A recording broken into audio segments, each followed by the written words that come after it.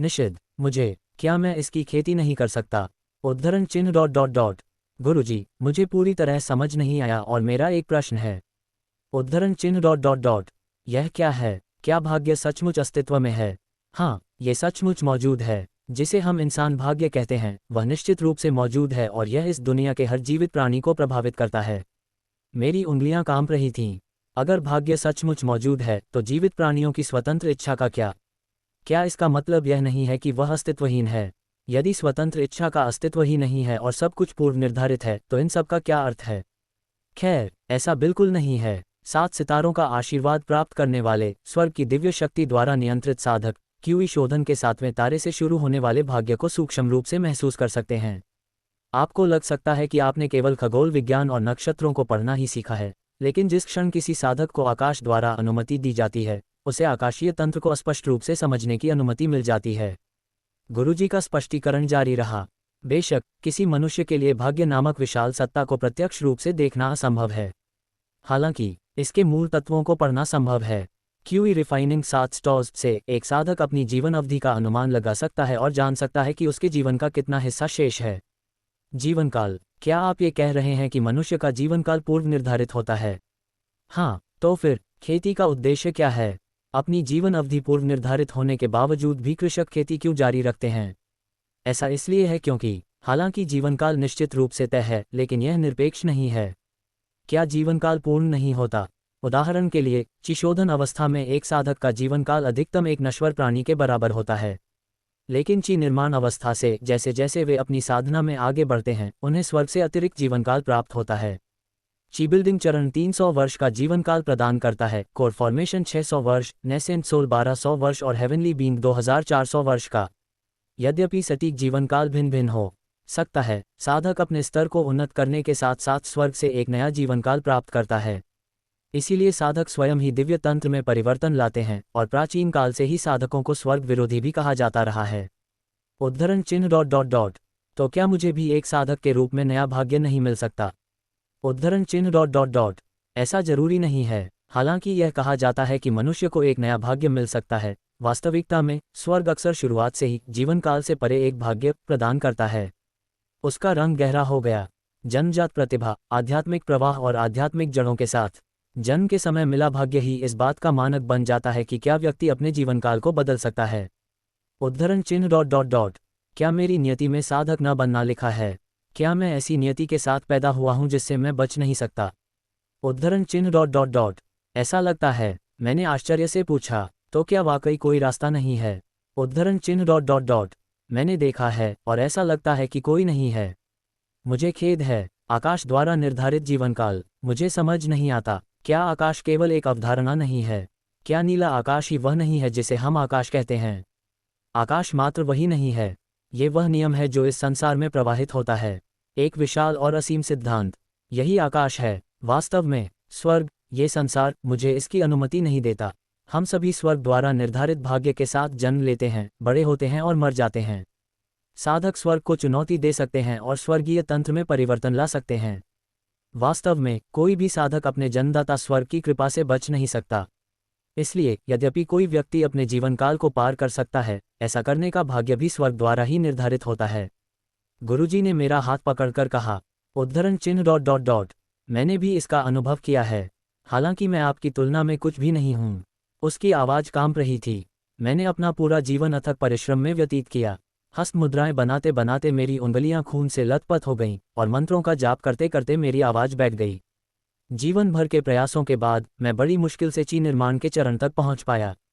लेकिन मेरी प्रतिभा के हिसाब से प्रारंभिक ची निर्माण चरण ही मेरी सीमा थी। गुरु 3 आध्यात्मिक जड़ों वाले व्यक्ति थे।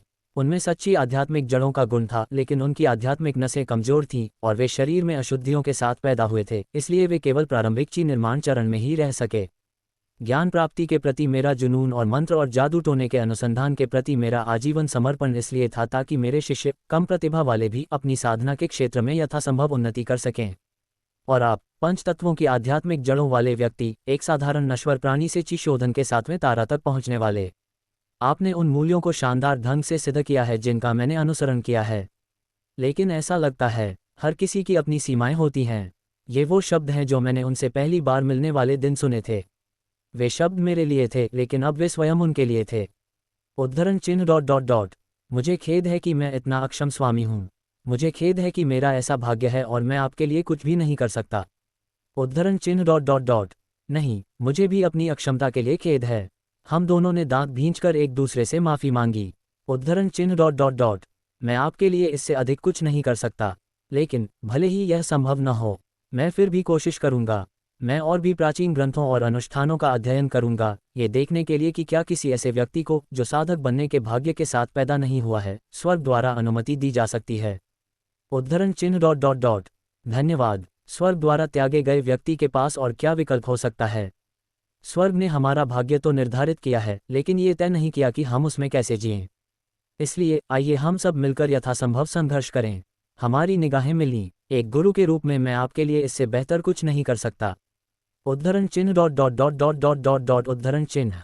मैंने जवाब नहीं दिया, मैंने बस अपने होंठ भींच लिए और अपना सिर झुका लिया। हालांकि हम चुप रहे, फिर भी हम एक दूसरे के दिल की बात समझ गए। उस दिन से मेरी रोजमर्रा की जिंदगी में काफ़ी बदलाव आ गया। मैंने अपनी उंगलियों से खून निकलने तक हस्त मुद्राएं बनाना बंद कर दिया, न ही साधना विधियों का अभ्यास किया। इसके बजाय मैंने अपने गुरु के साथ चियोंगमून कबीले के पुस्तकालय की छानबीन की और सभी प्रकार के प्राचीन ग्रंथों और अनुष्ठानिक पुस्तकों की खोज की।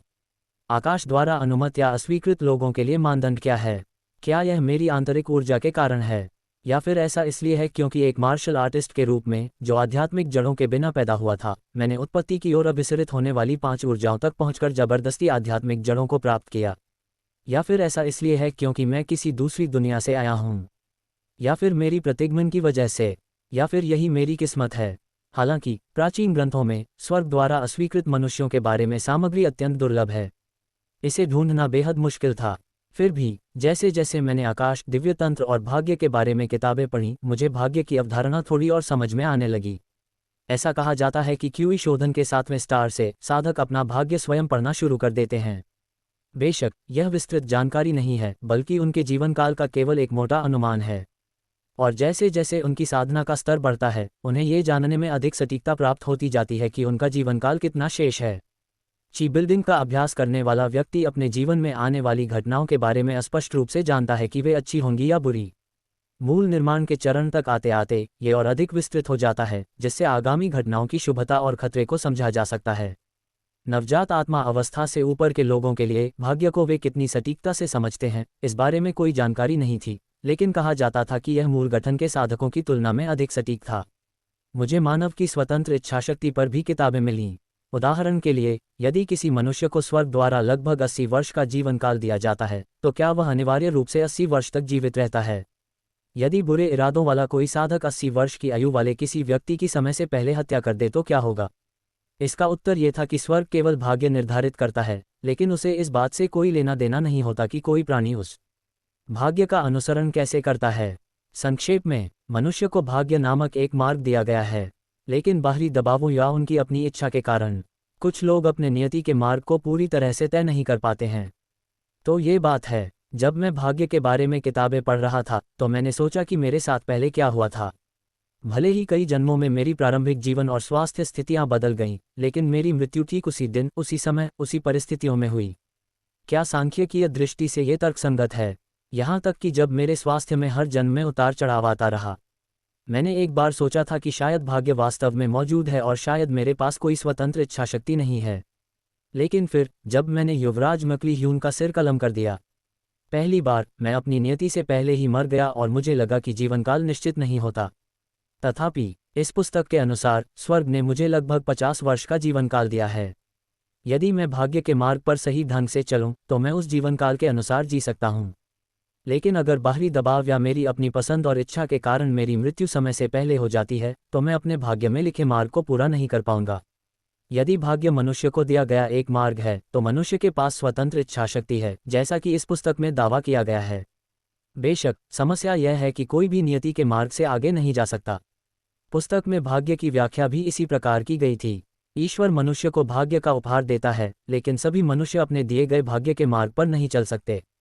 कुछ लोग इच्छाशक्ति की कमी के कारण, तो कुछ बाहरी परिस्थितियों के कारण ऐसा करते हैं।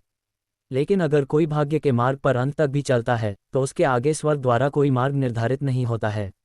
यही उस अस्तित्व की सीमा होगी। मनुष्य अपने भाग्य तक पहुंचने तक स्वतंत्र रूप से जीवन जी सकते हैं, लेकिन इससे आगे बढ़ना असंभव है। स्वर्ग द्वारा प्रदत्त जीवन में स्वतंत्र रूप से जीना सभी मनुष्यों का अधिकार और सद्गुण है। इस कथन के साथ पुस्तक समाप्त हुई कि प्रत्येक प्राणी को अपने दिए गए जीवन में स्वतंत्र रूप से और कृतज्ञतापूर्वक जीना चाहिए। उद्धरण। क्या ये किताब वैसी ही है? मुझे लगा कि किताब में वर्णित भाग्य स्वयं किताब के समान ही था। मुझे नहीं पता कि पुस्तक के लेखक कितनी सामग्री शामिल करना चाहते थे, लेकिन कागज़ के आकार और मात्रा की भी एक सीमा होती है और पुस्तक की भी अपनी सीमाएं होती हैं। लेखक पुस्तक की निर्धारित लंबाई के भीतर वांछित कथा लिखता है, लेकिन उससे अधिक नहीं लिख सकता। कोई भी वृतांत पुस्तक से आगे नहीं जा सकता। किताब बंद होते ही कहानी खत्म हो जाती है। यही भाग्य की अवधारणा है। तो क्या वाकई यही मेरे लिए अंत है? क्या मैं सचमुच में ऐसा हूँ? नहीं, यह नहीं। मैंने अपने दांत भींच लिए। भले ही किताब बंद करने का मतलब अंत हो, मेरी कहानी लगातार शुरुआत की ओर लौटती रहती है। निश्चित रूप से ईश्वर ने ही मुझे ये भाग्य सौंपा है। अगर ईश्वर ने मुझे ये नियति दी है तो इसके पीछे कोई न कोई कारण जरूर होगा। मैंने बार बार भाग्य को मात दी है। अपने पहले जीवन में मैं एक दयनीय भिखारी था जिसकी मृत्यु निश्चित थी। लेकिन अब क्या? मैंने तलवारबाजी में महारत हासिल कर ली है। साधारण प्रतिभा के साथ मैं पंच ऊर्जाओं के उद्गम स्थल तक पहुंच गया, जो मार्शल आर्ट में एक पौराणिक क्षेत्र है। मैंने जबरन साधना करने की क्षमता हासिल की, जिसके बारे में कहा जाता है कि यह केवल आध्यात्मिक जड़ों के साथ पैदा हुए लोगों के लिए ही संभव है। भले ही भाग्य ने मुझे बोझिल कर दिया था, मैंने इसे बार बार पार कर लिया है। कोई न कोई समाधान जरूर होगा। इसका कोई न कोई समाधान जरूर होगा। मैं पागलों की तरह प्राचीन ग्रंथों को बार बार पढ़ता हूँ। एक दिन मेरे गुरुजी एक किताब लेकर आए थे। उसकी आंखें लाल हो गई थीं। मुझे अपने कबीले के उच्च अभिलेखागार में एक प्राचीन ग्रंथ मिला। मास्टर द्वारा लाई गई पुस्तक का कोई शीर्षक नहीं था और ऐसा लग रहा था कि वह कभी भी धूल में मिल सकती है। इसे पढ़ें। मैंने पुस्तक पढ़ ली। ये प्राचीन अनौपचारिक इतिहासों का एक संग्रह था।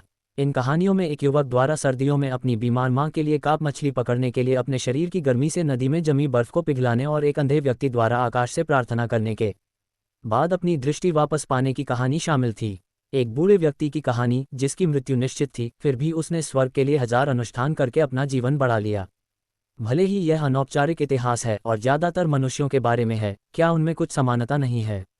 उद्धरण। हाँ, असंभव परिस्थितियों में भी चमत्कार होते हैं।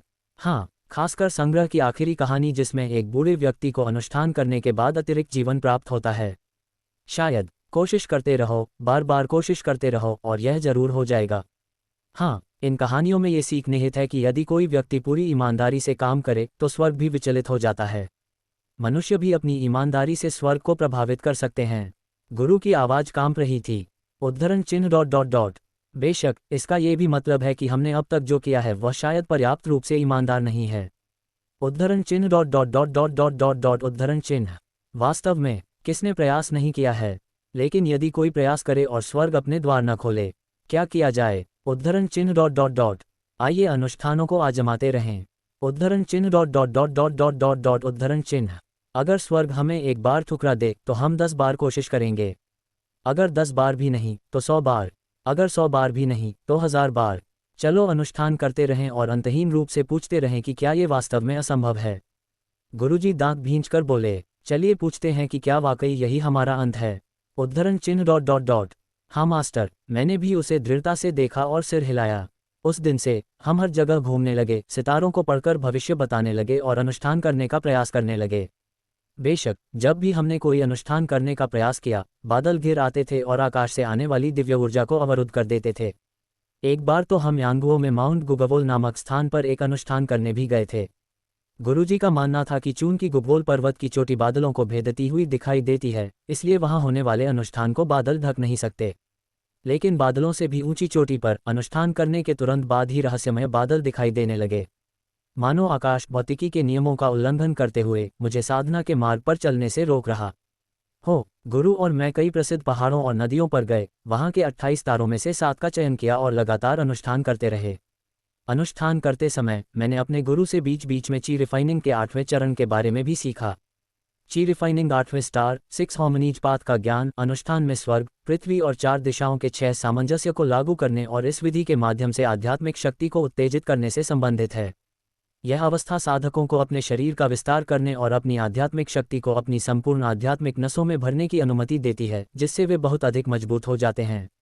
दुर्भाग्यवश 8वें स्टार के प्रशिक्षण तरीके तब तक बेकार थे जब तक कि 7वें स्टार में पूरी तरह से महारत हासिल न कर ली जाए।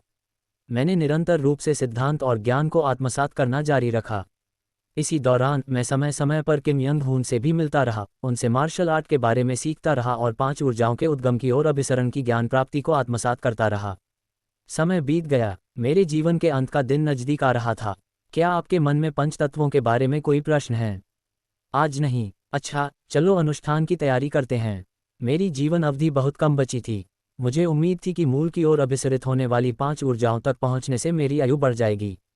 लेकिन चियोंगमून कबीले के अभिलेखागार में मौजूद पुस्तकों को देखकर मुझे एहसास हुआ कि मेरी मृत्यु भी संभवतः पहले की तरह ही होगी। हाल ही में मेरी प्रगति काफ़ी अच्छी रही है।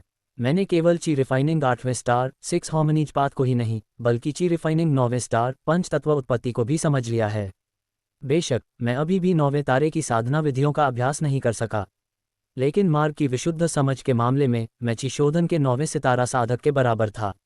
हाल ही में मैं क्यूई रिफाइनिंग 10वें स्टार 4 इमेजेज यूनिटी से संबंधित सामग्री का पूर्वावलोकन भी कर रहा था। फिर भी 9 महलों की आध्यात्मिक नसों और आध्यात्मिक जड़ों को 2 शाखाओं में एकीकृत करने की प्रक्रिया मेरे लिए अत्यंत लाभदायक है। यह मुख्य रूप से देशांतर रेखाओं को एकीकृत करने के बारे में था, इसलिए यह एक ऐसा क्षेत्र था जहां मैं निश्चित रूप से समय मिलने पर पहुंच सकता था। चलिए शुरू करते हैं। सूरज डूब रहा है। मैंने अपने गुरु के साथ मिलकर अनुष्ठान शुरू किया। बेशक इस बार फिर बादल घिर आए, जिससे आकाशीय ऊर्जा अवरुद्ध हो गई। उद्धरण चिन्ह ... यह एक बार फिर असफल रहा। उद्धरण चिन्ह ... हाँ, मेरे स्वामी ने सिर हिलाया और धीरे से आह भरी। दोबारा, मुझे ठीक से याद नहीं था कि हमने कितनी बार कोशिश की थी। चलिए कल स्वर्ग चरण वाले रेगिस्तान में चलते हैं और फिर से कोशिश करते हैं। लगता है वहां बादल बाद में घिरेंगे। मालिक, यह क्या है? मैंने अपने गुरु के सामने अपना मुंह खोला, जो अनुष्ठान के उपकरण इकट्ठा करते हुए मुस्कुराने की कोशिश कर रहे थे। उद्धरण चिन्ह ... मुझे उम्मीद है कि हम कल यह अनुष्ठान नहीं करेंगे। तुम किस बारे में बात कर रहे हो? दिव्य ऊर्जा कल स्वर्ग चरण मरुस्थल में मौजूद होगी। अगर कल नहीं, तो कब? गुरुजी, मुझे कुछ काम करना है। क्या हम इसे कल के लिए टाल सकते हैं? अनुष्ठान के लिए अगला सबसे उपयुक्त दिन 1 महीने बाद है। क्या आप तब तक चोंगमुन कबीले में वापस आ सकते हैं? इस पर मैंने कड़वी मुस्कान दी और कहा, उद्धरण चिन्ह ... मैं वापस कर दूंगा, आज से 20 दिन बाद। वह दिन बिल्कुल वही दिन था जिस दिन मैं अपने सभी जन्मों में मरने वाला था, जिस दिन मेरा जीवन समाप्त होने वाला था। मैंने हथेली के आकार की उड़ने वाली कागज की नाव में आध्यात्मिक ऊर्जा का संचार किया। बहुत हलचल। जैसे ही उसमें आध्यात्मिक ऊर्जा का संचार हुआ, कागज की नाव आकार में बड़ी हो गई, उसमें रंग आ गया और वह लकड़ी की नाव में बदल गई। मैं लकड़ी की नाव पर कूद गया, उसमें आध्यात्मिक ऊर्जा भर दी, हाथ की मुद्राएं बनाई और उसी समय नाव से जादुई प्रतीक उभर आए, क्योंकि वह तेजी से हवा में उछल रही थी। 3 दिन बाद मैंने उड़ने वाली कलाकृति का उपयोग करके ब्योकरा और यांगुओ की सीमा पर पहुंच गया। क्यूई शोधन चरण में उड़ने वाली कलाकृतियां एक सामान्य नाव की गति से यात्रा करती हैं। जाहिर तौर पर विमान की गति तक पहुंचने के लिए किसी को क्यूई बिल्डिंग चरण में एक उड़ने वाली कलाकृति की आवश्यकता होगी, या कम से कम कोर फॉर्मेशन साधकों के व्यक्तिगत उड़ान कौशल की आवश्यकता होगी। मुझे नज़ारे बहुत अच्छे लगे और कागज की नाव पर हवा का आनंद भी आया। मैं हर तरफ देखा, वहां है चमक। जैसे ही मैंने अपने लक्ष्य को देखा, एक चमकदार सफ़ेद कृपाण गिरोह मेरी ओर झपटा। मैंने अपना हाथ घुमाया और अपनी तलवारबाजी की शक्ति प्रकट की। हमारे ब्लेड गैंग सांपों की तरह हवा में लहराते हुए कई बार आपस में भिड़ गए और थोड़ी देर बाद मुझ पर हमला करने वाले सेबर गैंग को निष्क्रिय कर दिया गया। कूदना। मैं हवा से नीचे कूदा और धीरे धीरे गिरने के लिए लाइट फॉल टेक्निक का इस्तेमाल किया। इसे बीते एक अरसा हो गया है। हाँ, पिछली बार जब मैंने तुम्हें देखा था तब से तुम्हारी तलवार चलाने की क्षमता में सुधार हुआ है। मैंने तलवार चलाने का अभ्यास कभी नहीं छोड़ा। ड्यूल एनर्जी स्वॉर्ड कंट्रोल का मतलब सिर्फ तलवार को हवा में चलाना नहीं है। इसमें तलवार पर नियंत्रण को तलवार के साथ एकता से परे एक स्तर तक ले जाना, तलवार के हर पहलू में महारत हासिल करना शामिल है। तलवार की ध्वनि और सामग्री से लेकर मार्शल आर्ट से निकलने वाली आभा तक, तलवार की ऊर्जा, तलवार गिरोह, चेतना के साथ हर चीज़ में महारत हासिल करना। ड्यूल एनर्जी स्वॉर्ड कंट्रोल यही है। इसलिए जिस क्षण कोई व्यक्ति ड्यूल एनर्जी स्वॉर्ड कंट्रोल हासिल कर लेता है, 5 energies converging to the origin स्तर का मार्शल आर्टिस्ट न केवल तलवार को बल्कि हवा में स्वॉर्ड गैंग को भी स्वतंत्र रूप से नियंत्रित कर सकता है। बेशक, मेरे हाथ में न मौजूद तलवार को नियंत्रित करने का मूल अर्थ है दूर से अपनी चेतना को तलवार में प्रक्षेपित करना। उत्पत्ति क्षेत्र की ओर अभिसरित होने वाली 5 ऊर्जाओं में अंतर यह है कि कोई व्यक्ति कितनी सहजता से दूर स्थित तलवार को हिला सकता है। लेकिन अभी आपको बहुत कुछ सीखना बाकी है। अभ्यास जारी रखें। हाँ, मैं करूँगा। मैंने सिर हिलाया और आकाश में मंडरा रही उड़ने वाली नाव को वापस बुला लिया। किम ह्युंग, मैंने सुना है कि आपने हाल ही में साधना शुरू की है, और यह सच लगता है। मैंने उनकी आध्यात्मिक शक्ति का दबाव और उनकी चेतना की विशालता को महसूस किया और उनसे पूछा। उसने अजीब सी मुस्कान के साथ कहा, खैर, चून की साधना तकनीकें रोजमर्रा की जिंदगी में काफ़ी सुविधाजनक हैं, जैसे उड़ने वाली कलाकृतियाँ। बेशक, मैं अभी केवल चिशोधन के द्वितीय स्तर पर हूँ। मेरा इससे आगे बढ़ने का कोई इरादा नहीं है, बस इसका उपयोग अपनी मार्शल आर्ट में सहायता के लिए कर रहा हूँ। मेरे लिए इस तरह की विविध तकनीकों पर निर्भर रहने की बजाय अपनी मार्शल आर्ट को निखारना अधिक उपयोगी है। अच्छा, ऐसा है। उनकी मार्शल आर्ट की प्रतिभा बेजोड़ थी, लेकिन ऐसा लगता है कि साधना करने की उनकी क्षमता मुझसे कहीं बेहतर थी। मुझ जैसे अच्छे गुरु के बिना भी और मार्शल आर्ट पर अधिक ध्यान केंद्रित करने के बावजूद वह ची रिफाइनिंग में द्वितीय स्टार तक पहुंच गया। हाल ही में शुरू किया है, इसलिए क्यूई रिफाइनिंग में द्वितीय स्टार स्तर पर होने का मतलब है कि उसकी योग्यता मुझसे थोड़ी बेहतर है। किम यंग हून ने अनौपचारिक रूप से बताया कि कैसे वह 72 सांसारिक शासत्य शब्दों को सीखते हुए लगभग पागल हो गया था। फिर उसने मुझसे चिंतित होकर पूछा, क्या आप वाकई इसके लिए तैयार हैं? इतनी कठिन मांग को मानने के लिए? कोई बात नहीं, मुझे चियोंगमून कबीले में योगदान देने में खुशी है और मैं आपके विचार से सहमत हूँ। धन्यवाद। वे लोग, जितनी जल्दी उनमें से कोई एक इस दुनिया से चला जाए, उतना ही अच्छा है। हालांकि मकली वंश ने जिन वंश के हाथों यांगुओं की शाही सत्ता खो दी, लेकिन मकली वंश के मुख्य परिवार को कोई खास नुकसान नहीं हुआ, बस उन्होंने यांगुओं पर अपना प्रभाव और वहां के मनुष्यों पर अत्याचार करने का अधिकार खो दिया। शाही सत्ता प्राप्त करने के बाद जिन वंश ने मकली वंश के मामलों में हस्तक्षेप करना बंद कर दिया। हालांकि झड़पों में प्रत्येक कबीले के चिशोधन साधकों की मृत्यु तब तक कोई खास चिंता का विषय नहीं थी जब तक कि वे उच्च पदस्थ न हो, लेकिन युद्ध में फंसे ची निर्माण के बुजुर्गों को फिरौती प्राप्त करने के बाद रिहा करना एक सिद्धांत था। जिन वंश द्वारा शाही सत्ता प्राप्त करने के बाद किम यंग हून न्याय के लिए बहुत कम कुछ कर सकता था। हालांकि उन्होंने हार नहीं मानी और जिन और मकली कुलों तथा आसपास के अन्य साधक कुलों के बीच हुए समझौतों में खामियां ढूंढ निकाली। मेरी जानकारी के अनुसार, यदि जिन या मकली कबीले के साधक ची निर्माण के चरण में यांगुओं में आपस में भिड़ जाते हैं और पकड़े जाते हैं, तो कबीले द्वारा फिरौती देने के बाद उन्हें रिहा कर दिया जाता है। हालांकि यदि कोई साधक किसी दूसरे देश के क्षेत्र में घुसपैठ करता है, तो ची निर्माण के चरण में भी उस देश के कबीले के साधक उसे मार सकते हैं। उसने कड़वी मुस्कान दी। कुछ दिनों में मैं मकली कबीले के एक साधक को ब्योकरा की सीमा तक ले जाऊंगा। एक बार जब मैं मकली कबीले के साधक की शक्ति समाप्त कर दूंगा, तो आप आकर उसे समाप्त कर सकते हैं। इस तरह मैं बदमाशों से छुटकारा पा लूंगा और आप यांगुओं के मकली कबीले के एक आक्रमणकारी को बिना किसी धार्मिक विवाद के मार गिराएंगे। हाँ, ये बात समझ में आती है। किम यंग हून ने उत्साहपूर्वक अपनी योजना बताई और मैंने शांति से सुना। उनकी सारी योजनाएं सुनने के बाद मैंने एक अनुरोध किया। किम ह्युंग, मैंने तुम्हें पहले ही साधना और मार्शल आर्ट में उत्कृष्टता का रिकॉर्ड दे दिया था। जी हाँ, आपने मुझे जो अद्वितीय मार्शल आर्ट सिखाए उसी ने मुझे निरंतर परम शिखर तक पहुंचाया। मैंने उत्कृष्ट साधना और मार्शल आर्ट के अभिलेख में अपनी टिप्पणियां भी जोड़ दी हैं। तो आपके स्वभाव को देखते हुए आपके पास अभी भी टिप्पणियों वाली मैनुअल होगी। क्या आप मुझे इसे पढ़ने देंगे? खैर, यह असंभव नहीं है। किम यंग हून ने हाल ही में भंडारण का एक नया तरीका अपना लिया था, क्योंकि उन्होंने अपनी कमर पर बंधी मुट्ठी के आकार की थैली से एक मोटी पांडुलिपि निकाली। जब से मैंने उसे वह उत्कृष्ट साधना और मार्शल आर्ट का अभिलेख दिया था, तब से वह स्पष्ट रूप से मोटा हो गया था। शीर्षक में कोई बदलाव नहीं हुआ है। जोड़ी गई सामग्री को देखते हुए मुझे लगा था कि वह शीर्षक बदलकर अपनी छाप छोड़ना चाहेगा, लेकिन किम यंग हून ने कड़वी मुस्कान के साथ कहा, मैं इसे बदल नहीं सका। मैं इस मार्शल आर्ट्स मैनुअल का अनुसरण करता रहा हूँ, बस इधर उधर कुछ टिप्पणियाँ जोड़ता रहा हूँ। मैंने कुछ सामग्री जोड़ी है, लेकिन ये ज़्यादातर परम शिखर से आगे बढ़ने के बारे में परीक्षण और त्रुटि के रिकॉर्ड हैं। मैंने इस मार्शल आर्ट में महारत हासिल नहीं की है। मैं मात्र कुछ पंक्तियाँ जोड़कर इस मार्शल आर्ट का नाम बदलने की हिम्मत कैसे कर सकता हूँ? मोटाई को देखते हुए ऐसा लगता है कि इसमें कई बार प्रयोग और त्रुटि से काम चलाना पड़ेगा। जब मैंने पहली बार उसे यह किताब दी थी, तब की तुलना में अब ये 3 या 4 गुना मोटी हो गई थी। यह महज कुछ टिप्पणियों या परीक्षण और त्रुटि से कहीं अधिक है। किम यंग हून ने साधना और मार्शल आर्ट में उत्कृष्टता के रिकॉर्ड को तोड़ने का तरीका खोजने के लिए अपने सारे प्रयास प्रयोग और त्रुटि में लगा दिए थे। खैर, भले ही यह मोटा हो गया हो, लेकिन ये सच है कि मैं असफल रहा। लेकिन इतना सब कुछ देखते हुए यह मूल असाधारण साधना और मार्शल आर्ट का रिकॉर्ड से अलग प्रतीत होता है। विशिष्टता के लिए शीर्षक में थोड़ा बदलाव क्यों न किया जाए, यदि आप जोर दे रहे हैं, उन्होंने आत्म तिरस्कारपूर्ण मुस्कान के साथ कहा। तो चलिए इसे श्रेष्ठ साधना और मार्शल आर्ट का अभिलेख नहीं बल्कि श्रेष्ठ पथ और मार्शल आर्ट का अभिलेख कहते हैं।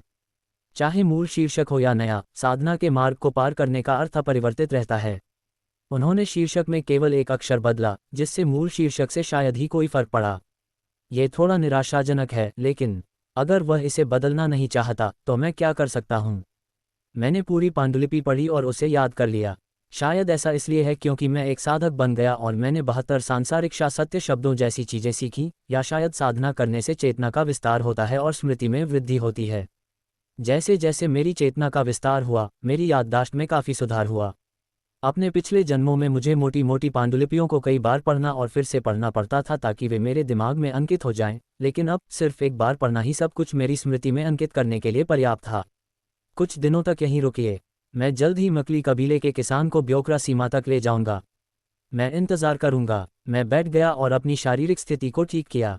किम यंग हून ने मुझे record of surpassing path and martial arts पढ़ने के लिए दिया, अगर मैं चाहूँ तो। फिर उसने अपना उड़ने वाला यंत्र निकाला और यांगुओं की ओर उड़ गया। मौसम सुहावना है। मैंने अपने गुरु से जो खगोलीय और आकाशीय क्रियाविधि का ज्ञान प्राप्त किया है, उसके अनुसार किम यंग हून द्वारा बताए गए समय तक आकाश साफ रहेगा। तो चलिए इस समय का सदुपयोग धीरे धीरे लिखने और व्यवस्थित करने में करते हैं। मैं एक अपेक्षाकृत चौड़ी चट्टान पर चढ़ गया, किसी को भी पास आने से रोकने के लिए एक साधारण संरचना बनाई और अपने भंडारण उपकरण से एक डेस्क, कागज, स्याही की बोतल और ब्रश निकाला। मैंने अपनी वसीयत लिखना शुरू किया, एक पत्र जो मैं अपने स्वामी के लिए छोड़ जाऊंगा। भले ही किम यंग हून ची बिल्डिंग कल्टीवेटर की शक्ति को खत्म कर देगा, लेकिन ची बिल्डिंग चरण में पहुंचने वाले लोग भाग्य से अपने पदों तक नहीं पहुंचे हैं।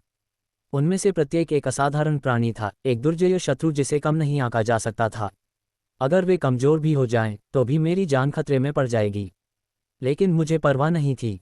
मैं यहाँ मरने आया हूँ। एक शिष्य जिसने जीवन भर संघर्ष किया और कुछ भी हासिल नहीं किया, अंत में स्वर्ग द्वारा ठुकरा दिया गया और जीवन समाप्त होने पर उसकी मृत्यु हो गई। मैं कल्पना भी नहीं कर सकता था कि मेरे मालिक के लिए ये कितना दर्दनाक और असहाय होगा। अपने पिछले जीवन में मैं अपने शिष्यों का सही मार्गदर्शन न कर पाने के कारण खुद को कितना कोसता और शक्तिहीन महसूस करता था।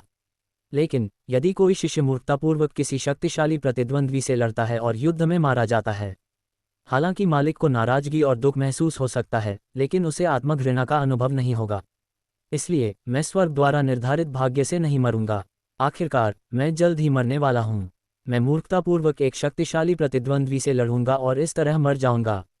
मैंने यही निर्णय लिया। धीरे धीरे मैंने अपनी वसीयत लिखना जारी रखा। हालांकि यह वसीयत है, लेकिन मैं अपने स्वामी को यह पता नहीं चलने दे सकता था कि मैं मरने वाला हूँ। मेरा इरादा ये दिखाने का था कि मैं बस ब्योकरा सीमा पर गश्त कर रहा था और अपने स्वामी के हालचाल के बारे में पूछ रहा था। कई बार अपनी वसीयत लिखने और मिटाने के बाद आखिरकार मैंने एक ऐसी वसीयत तैयार की जो संतोषजनक थी। मुझे इसे कब भेजना चाहिए? एक ट्रांसमिशन ताबीज का उपयोग करके मैं कम द्रव्यमान वाली छोटी वस्तुओं को एक निर्दिष्ट व्यक्ति को भेज सकता था और इसके लिए बहुत अधिक आध्यात्मिक ऊर्जा की आवश्यकता नहीं होती थी। संदेशवाहक ताबीज की गति किसी उड़ने वाली कलाकृति के समान थी। अगर मैं इसे अभी भेज दूं, तो ये लगभग 3 दिनों में मेरे स्वामी तक पहुंच जाएगा। उद्धरण ... लड़ाई शुरू होने से पहले इसे भेजना सबसे उपयुक्त होगा। अगर मैं इसे अभी भेज दूं, तो मेरे स्वामी को पत्र जल्दी मिलने पर वे दिव्य तंत्र की गणना कर सकते हैं और मेरे लिए सीमा के पास एक अनुष्ठान आयोजित कर सकते हैं। अगर मैं इसे युद्ध शुरू होने के बाद भेजता हूं और मेरा जीवन काल कुछ ही दिनों में समाप्त होने वाला है, तो पत्र मेरे गुरु तक 3 दिन बाद पहुंचेगा, जिससे उन्हें अपने शिष्य की मृत्यु देखने से मुक्ति मिल जाएगी। हाँ, चलिए ऐसा करते हैं। मैंने पत्र को सावधानीपूर्वक मोड़ा, उसमें संदेशवाहक ताबीज लगाया और उसे इस तरह तैयार किया कि आध्यात्मिक शक्ति के एक झटके से ही उसे मेरे गुरु तक भेजा जा सके। दिन बीतते गए। किम यंग हून द्वारा वादा किया गया दिन आ गया। गड़गड़ाहट। दूर से यिन ऊर्जा से भरे काले बादल पास आ रहे थे। हालांकि यह एक सामान्य खगोलीय घटना की तुलना में बहुत छोटे पैमाने पर थी और कृत्रिम प्रतीत होती थी। वे आ रहे हैं। मकली वंश का एक ची बिल्डिंग साधक अपने साथ बादल लेकर आ रहा था। फ्लैश। उसके पीछे प्रकाश की किरणें फूट पड़ी क्योंकि कोई क्यूई बिल्डिंग के बुजुर्ग का पीछा कर रहा था। वह किम यंग हून था। यह अब शुरू होता है, इस जीवन का अंतिम अध्याय। अब आखिरी रोमांचक पल का समय आ गया है। वूश। मैंने ट्रांसमिशन ताबीज की मदद से पत्र में आध्यात्मिक ऊर्जा का संचार किया। वह नीले रंग में चमक उठा और नीले बाज के आकार में बदल गया। नीले बाज के आकार का संचार ताबीज अविश्वसनीय गति से चियोंगमुन कबीले की दिशा में उड़ गया। मैंने अपनी उपस्थिति और चेतना को मिटाने के लिए उत्कृष्ट साधना और मार्शल आर्ट के अभिलेख और गुप्त चेतना तकनीक का उपयोग किया, और यहाँ तक कि भूमिगत छिपने के लिए पृथ्वी निवास विधि का भी उपयोग किया। कुछ ही समय बाद गड़गड़ाहट गड़गड़ाहट स्विश, आसमान में काले बादल छा गए और बारिश शुरू हो गई। जमीन के नीचे छिपकर मैंने काले बादलों के केंद्र की ओर देखा। वहां मौजूद क्यूई बिल्डिंग के बुजुर्ग का चेहरा जाना पहचाना था। वह व्यक्ति, जब हमने स्वर्गीय राक्षसों का महल स्थापित किया, वह उन 50 क्यूई बिल्डिंग के बुजुर्गों में से एक था जो महल को नष्ट करने आए थे। वह क्यूई बिल्डिंग का बुजुर्ग। पुराने दिनों को याद करते हुए मुझे महल की स्थापना करना, खेती करने वालों द्वारा रखे गए इनाम से बचना और उन्हें एक एक करके मारना याद आया। अंततः हमने प्रारंभिक चरण के क्यूई बिल्डिंग साधक को पराजित किया और किम यंग हुन के साथ मिलकर खुशी मनाई। अगले दिन ची बिल्डिंग के 50 साधकों ने महल को घेर लिया और कीटों को नष्ट करने की तरह उसे कुचल दिया। मकली कबीले के उस बुजुर्ग ने किम यंग हुन को चापलूसी से बहला फुसला लिया और कमजोरों की निराशा, अफसोस और दुर्दशा की याद दिला दी। लेकिन अब उस समय का वह खूंखार क्यूई बिल्डिंग का बुजुर्ग वहां मौजूद नहीं था। धिक्कार है इन जिन कबीले के हरामखोरों पर। क्रोध से विकृत होकर उसने हताशा में काले बादलों को नियंत्रित करने वाली झंडे के आकार की एक कलाकृति को लहराया। फटे पुराने नीले वस्त्र पहने और पूरे शरीर से खून बहता हुआ वह शिकार के अलावा और कुछ नहीं था। तुम कमीनों, क्या तुम रुक नहीं सकते? जिन और मकली कबीलों के बीच हुई संधि के अनुसार तुम मुझे मार नहीं सकते। मैं मांग करता हूं कि मुझे वैध युद्धबंदी माना जाए। हमला तुरंत बंद करो, एरे बनाओ। जी हाँ, बड़े जिन कबीले के कई शोधन साधकों ने किम यंग हुन के पीछे अपने गठन के झंडे लहराए, जिससे अग्नि में ऊर्जा से भरी एक बाधा उत्पन्न हो गई। मकली कबीले का मुखिया अवरोध में फंस गया था और किम यंग हुन व्यंग्य भरी मुस्कान के साथ उसकी ओर उड़ गया। जब तुमने निर्दोष ग्रामीणों के कस्बों को खून के तालाबों में बदल दिया, तब तुम्हें कुछ महसूस नहीं हुआ। अब जब तुम्हारी जान खतरे में है, तब तुम संघर्ष कर रहे हो। तुम नीच हो, मर जाओ। बूम! कई कृपाण गिरोह किम यंग हुन के चारों ओर चमके और मकली कबीले के मुखिया की ओर उड़ गए। बेवकूफ़ी मत करो। सिर्फ इसलिए कि मैंने कुछ कीड़े मकोड़े मारकर सामग्री जुटाई, तुम मुझ जैसे क्यूई बिल्डिंग के बुजुर्ग को मारने की कोशिश कर रहे हो। तुम बहुत बड़ी गलती कर रहे हो। अगर तुम मुझे मार देते हो तो क्या तुम्हें लगता है कि तुम सुरक्षित रहोगे? गर्जन! जैसे ही मकली कबीले के मुखिया ने अपना झंडा लहराया, काले बादल छट गए। आकाश में बादल मिलकर एक बादल अजगर का रूप ले लिया और किम यंग हुन की ओर झपटे। वह मैकली वांगशिन से भी अधिक मजबूत है। मैंने ची बिल्डिंग के साधक के कौशल का आकलन उसकी साधना विधियों के आधार पर किया। कुछ समय के लिए सेबर गैंग्स और क्यूई बिल्डिंग के बुजुर्ग के मंत्रों में टकराव हुआ, और तब मकली कबीले के बुजुर्ग द्वारा चलाई गई यिन हवा के एक झोंके ने किम यंग हुन की बांह और कमर को फाड़ दिया, जबकि किम यंग हुन द्वारा चलाए गए कृपाण गिरोह ने बुजुर्ग के रक्षात्मक मंत्रों को भेद दिया और इसी तरह उनकी कमर से एक टुकड़ा फाड़ दिया। वह घाव खतरनाक है। ची बिल्डिंग के साधक, जो मनुष्य से कहीं अधिक शक्तिशाली होते हैं, ऐसी चोटों को सहन कर सकते हैं, लेकिन किम यंग हुन, जो ची रिफाइनिंग के द्वितीय स्टार के प्रारंभिक चरण में है, उसके पास केवल एक नश्वर का भौतिक शरीर है। दरअसल क्या किम यंग हुन पिछले दौर में मकली वांगशिन का सामना करते समय ऐसी ही चोटों के कारण बेहोश नहीं हो गए थे? लेकिन फिर ऐसा हुआ। बुजुर्गों का समर्थन करें, जल्दी करो। जिन कबीले के चिशोधन के साधकों ने जिन्होंने अवरोध स्थापित किया था, उनमें से प्रत्येक ने अपने संग्रहणीय कलाकृतियों से मुट्ठी भर ताबीज निकाले। Flash flash! दर्जनों, शायद सैकड़ों उपचारक ताबीज किम यंग हुन के घावों पर आकर चिपक गए, और जिन कबीले के कई साधकों ने अवरोध के पार से उपचारक मंत्रों का प्रयोग करते हुए उनके घावों को सिल दिया। मैं समझ गया। जिन कबीले ने अपने साथ उपचार में कुशल चिशोधन साधकों को बैकअप के रूप में लाया था। किम यंग हुन की सेहत पूरी तरह से ठीक हो गई थी और उसने नए जोश के साथ सेबर गैंग्स पर गोलियां चलाना शुरू कर दिया। तुम कमीने, तुम जब चाहो जिन और मकली कबीलों के बीच हुई संधि को रौंद देते हो। तुम मुझे मार नहीं सकते। मैं मांग करता हूं कि मेरे साथ एक उचित युद्धबंदी जैसा व्यवहार किया जाए। इस हमले को तुरंत रोको। मौन! हमें कबीले के नियमों के अनुसार दंडित नहीं किया जाएगा, बल्कि मकली कबीले की सेनाओं को कम करने के लिए हमें सम्मानित किया जाएगा और पुरस्कार प्राप्त होंगे। पागल मूर्खों! स्वर्ग चरण रेगिस्तान में हुए नरसंहार से पहले ही परेशान हो और अब तुमने ची बिल्डिंग के एक बुजुर्ग की हत्या जैसा पागलपन भरा काम कर दिया। क्या तुम्हें लगता है कि तुम सुरक्षित रहोगे? छिपते हुए मुझे मकली कबीले के मुखिया से संपर्क साधने का एक मौका मिल गया। अब मैंने अपनी चेतना को एकाग्र किया। मैंने अपनी ऊर्जा को परिष्कृत किया। वह छेद छोटा था लेकिन मौजूद था, इसलिए मुझे इसे चौड़ा करना पड़ा। उत्कृष्ट साधना और मार्शल आर्ट का रिकॉर्ड सार। अंधेरे में घात लगाए अंतहीन हमला। चमक! मेरी एकाग्रता एक प्रकाश की किरण की तरह मकली कबीले के बुजुर्ग की ओर बढ़ गई। उसी समय उसने अपना सिर पकड़ लिया और चीखने लगा। आह! ये देखकर किम यंग हून ने भी एकाग्रता से काम लिया और उसी तकनीक का प्रयोग करते हुए अंधेरे में छिपकर बड़े पर लगातार हमला किया। दो महारथियों द्वारा लर्किंग इन द शैडोज और एंडलेस अटैक की निर्णायक चाल चलने के साथ उसे ऐसा महसूस हो रहा होगा जैसे उसका सिर काटा जा रहा हो। मैं इस मौके को हाथ से जाने नहीं दूंगा। पर्वतीय तलवारबाजी को काटना, गहरे पहाड़। मैंने अपनी सारी ऊर्जा एक साथ छोड़ दी और जमीन को चीरते हुए आकाश में उड़ गया। पलक झपकते ही मैं मकली कबीले के बुजुर्ग के आलिंगन में समा गया। यह अब यहीं समाप्त होता है। चमक, मेरी खींची हुई तलवार पर ब्रिलियंट स्वॉर्ड गैंग का गठन हुआ। मेरी तलवारबाज टोली ने उसकी बाहों में रहते हुए उस पर वार किया। सामान्यतः एक ची बिल्डिंग साधक अवचेतन रूप से सुरक्षात्मक गैंग ची उत्सर्जित करता है, लेकिन मकली कबीले के बुजुर्ग किम यंग हून से लड़ते हुए अपनी आध्यात्मिक शक्ति को समाप्त कर चुके थे। उनकी रक्षा क्षमता ची रिफाइनिंग साधक से भी कमजोर थी। बूम! मेरी तलवार ने उसकी पतली सुरक्षात्मक गैंग ची को भेदते हुए उसकी गर्दन काट दी। काटना, उस क्षणिक पल में चमक, उसकी बाहों के भीतर से नीली रोशनी फूट पड़ी।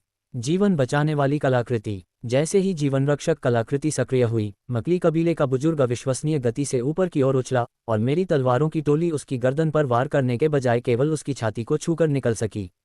स्विश! फिर भी यह उसकी पसलियों को चीरने, उसके जिगर के आधे हिस्से को निकालने और उसके एक फेफड़े को पूरी तरह से अलग करने के लिए काफी था।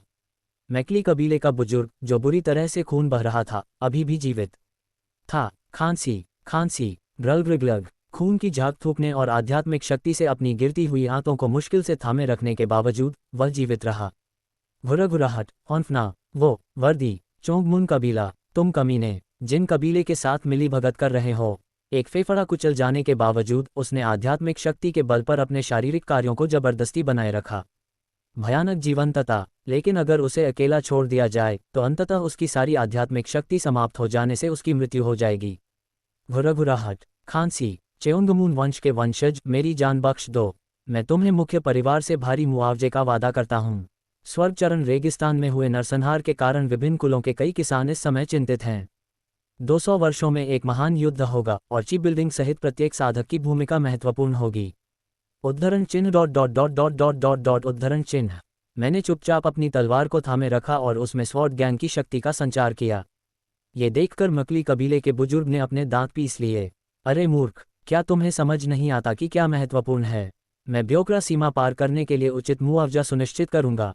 कृपया मैं आपसे भीख मांगता हूँ।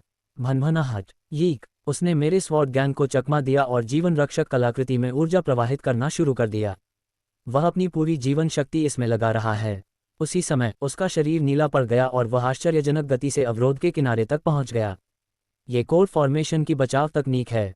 ऐसा प्रतीत होता है कि जीवन रक्षक कलाकृति निचले स्तर के साधकों को कोर फॉर्मेशन साधकों द्वारा उपयोग की जाने वाली उड़ान तकनीकों की नकल करने की अनुमति देती है। धिक्कार है, मैं इस तरह नहीं मरूंगा।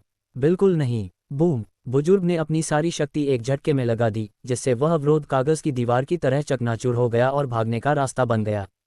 इस प्रतिक्रिया के कारण जिन कबीले के क्यूई शोधन करने वाले साधकों ने, जिन्होंने सरणी स्थापित की थी, खून उगल दिया। तुम बच नहीं सकते। हाँ, पकड़ सको तो पकड़ लो। उसने अपनी छाती पर रखी जीवन रक्षक वस्तु को कसकर पकड़ा और फिर से भागने की तकनीक का इस्तेमाल किया। पलक झपकते ही वह 30 मीटर और दूर चला गया। उसे पकड़ने। हाँ, मैंने तेजी से हवा में लात मारी और स्वॉर्ड गैंग पर हमला कर दिया। तुम मूर्ख हो, मैं तुम्हारी योजनाओं के आगे इतनी आसानी से नहीं मरूंगा। चमक! उसने जीवन रक्षक यंत्र को फिर से सक्रिय किया और एक नीली रोशनी के साथ उसकी आकृति एक बार फिर दूर चली गई। वह दिशा तो है मेरा, किम यंग हून का और जिन कबीले के अन्य ची शोधन साधकों का चेहरा विकृत हो गया। वह यांगुओ सीमा पर स्थित मकली कबीले की चौकी की ओर उड़ रहा है। उसे रोको। हम उसे चौकी तक नहीं पहुंचने दे सकते और न ही उसे मकली कबीले के ची बिल्डिंग कल्टीवेटर से समर्थन प्राप्त करने दे सकते हैं। मैं जानता हूं। किम यंग हून और मैंने गुस्से में मकली कबीले के मुखिया का पीछा किया और सीमा क्षेत्र में एक पीछा शुरू हो गया। वूश! मैंने अपनी तलवार घुमाई, स्वॉर्ड गैंग पर हमला किया और पृथ्वी कारावास तारा के अनुरूप पृथ्वी कारावास मंत्र का जाप करने के लिए तुरंत हस्त मुद्राएं बनाईं। पृथ्वी पर कैद, गड़गड़ाहट, मिट्टी के खंभे ऊपर की ओर उठ खड़े हुए, मानो वे मकली कबीले के मुखिया को फंसाने की कोशिश कर रहे हों। हालांकि जैसे ही उसने हस्त मुद्राएं बनाई, यिन हवा का एक झोंका पृथ्वी की पट्टियों को चीरता हुआ गुजरा और उन्हें वापस मेरी ओर बिखेर दिया। चमक! मैंने आसपास के क्षेत्र का जायजा लिया, गिरते हुए मलबे से बचते हुए हवा में छलांग लगा दी। उसी समय मैंने ट्रांसेंडिंग पीक्स के साथ एक शक्तिशाली तलवार का वार किया। एक अर्धवृत्ताकार सफ़ेद तलवारों का समूह बुजुर्ग की ओर बढ़ा। हा, जैसे ही उसने हस्त मुद्राएं बनाई, यिन ऊर्जा काले बादलों में परिवर्तित हो गई, जिसने उसे घेर लिया और मेरे तलवार गिरोह के हमले को रोक दिया। उसी समय काले बादल एक बादल अजगर में बदल गए और मेरी ओर तेजी से बढ़ने लगे। लेकिन मैं सीधे उसकी ओर दौड़ा। अजेय चमक, मेरे पीछे इरादे की एक जबरदस्त लहर गूंजी और गैंग क्यूई कंप्रेशन स्फीयर की ध्वनि प्रतिध्वनित हुई। बूम! मेरे पास से गुजरते हुए मुट्ठी के आकार का प्रकाश का एक गोला गुजरा, जो क्लाउड ड्रैगन के मुंह में प्रवेश कर गया, उसे विस्फोटित कर दिया और मकली कबीले के मुखिया की ओर तेजी से बढ़ गया। मैं मर नहीं सकता। चमक! उसने एक बार फिर जीवन रक्षक कलाकृति में जीवन शक्ति का संचार किया, नीली रोशनी के साथ गायब हो गया, और उसी समय उसके पूर्व स्थान पर सेबर गैंग का एक विस्फोट हुआ। प्रकाश का तूफान! मेरे सामने का स्थान प्रकाश की असंख्य धाराओं से इस प्रकार भर गया था मानो तलवार के निशानों से चित्रकारी की गई हो। जैसे ही विस्फोट शांत हुआ, मैं प्रकाश के तूफान को चीरते हुए भागते हुए मकली कबीले के बुजुर्ग की ओर तलवार से एक जोरदार वार किया। पर्वतीय तलवारबाजी को काटना। ची पर्वत, हृदय स्वर्ग। स्वॉर्ड गैंग ने अपनी क्षमता और विस्तार को बढ़ाते हुए मकली कबीले के मुखिया की ओर अपना दायरा बढ़ा दिया। वूश! मेरी लंबी तलवार से वार करने वाले गिरोह ने बुजुर्ग को नीचे गिरा दिया, जिससे वह धड़ाम से जमीन पर जा गिरा। मैंने भौहें चढ़ाकर मिट्टी की एक जेल बनाने के लिए हाथों से मुद्राएं बनाईं। स्वॉर्ड गैंग का प्रभाव फीका महसूस हुआ। ये भेद नहीं पाया। इन सब के बावजूद वह अपनी सुरक्षात्मक गैंग ची को बढ़ाने में कामयाब रहा, जिससे एक घातक प्रहार मात्र एक मामूली चोट में बदल गया।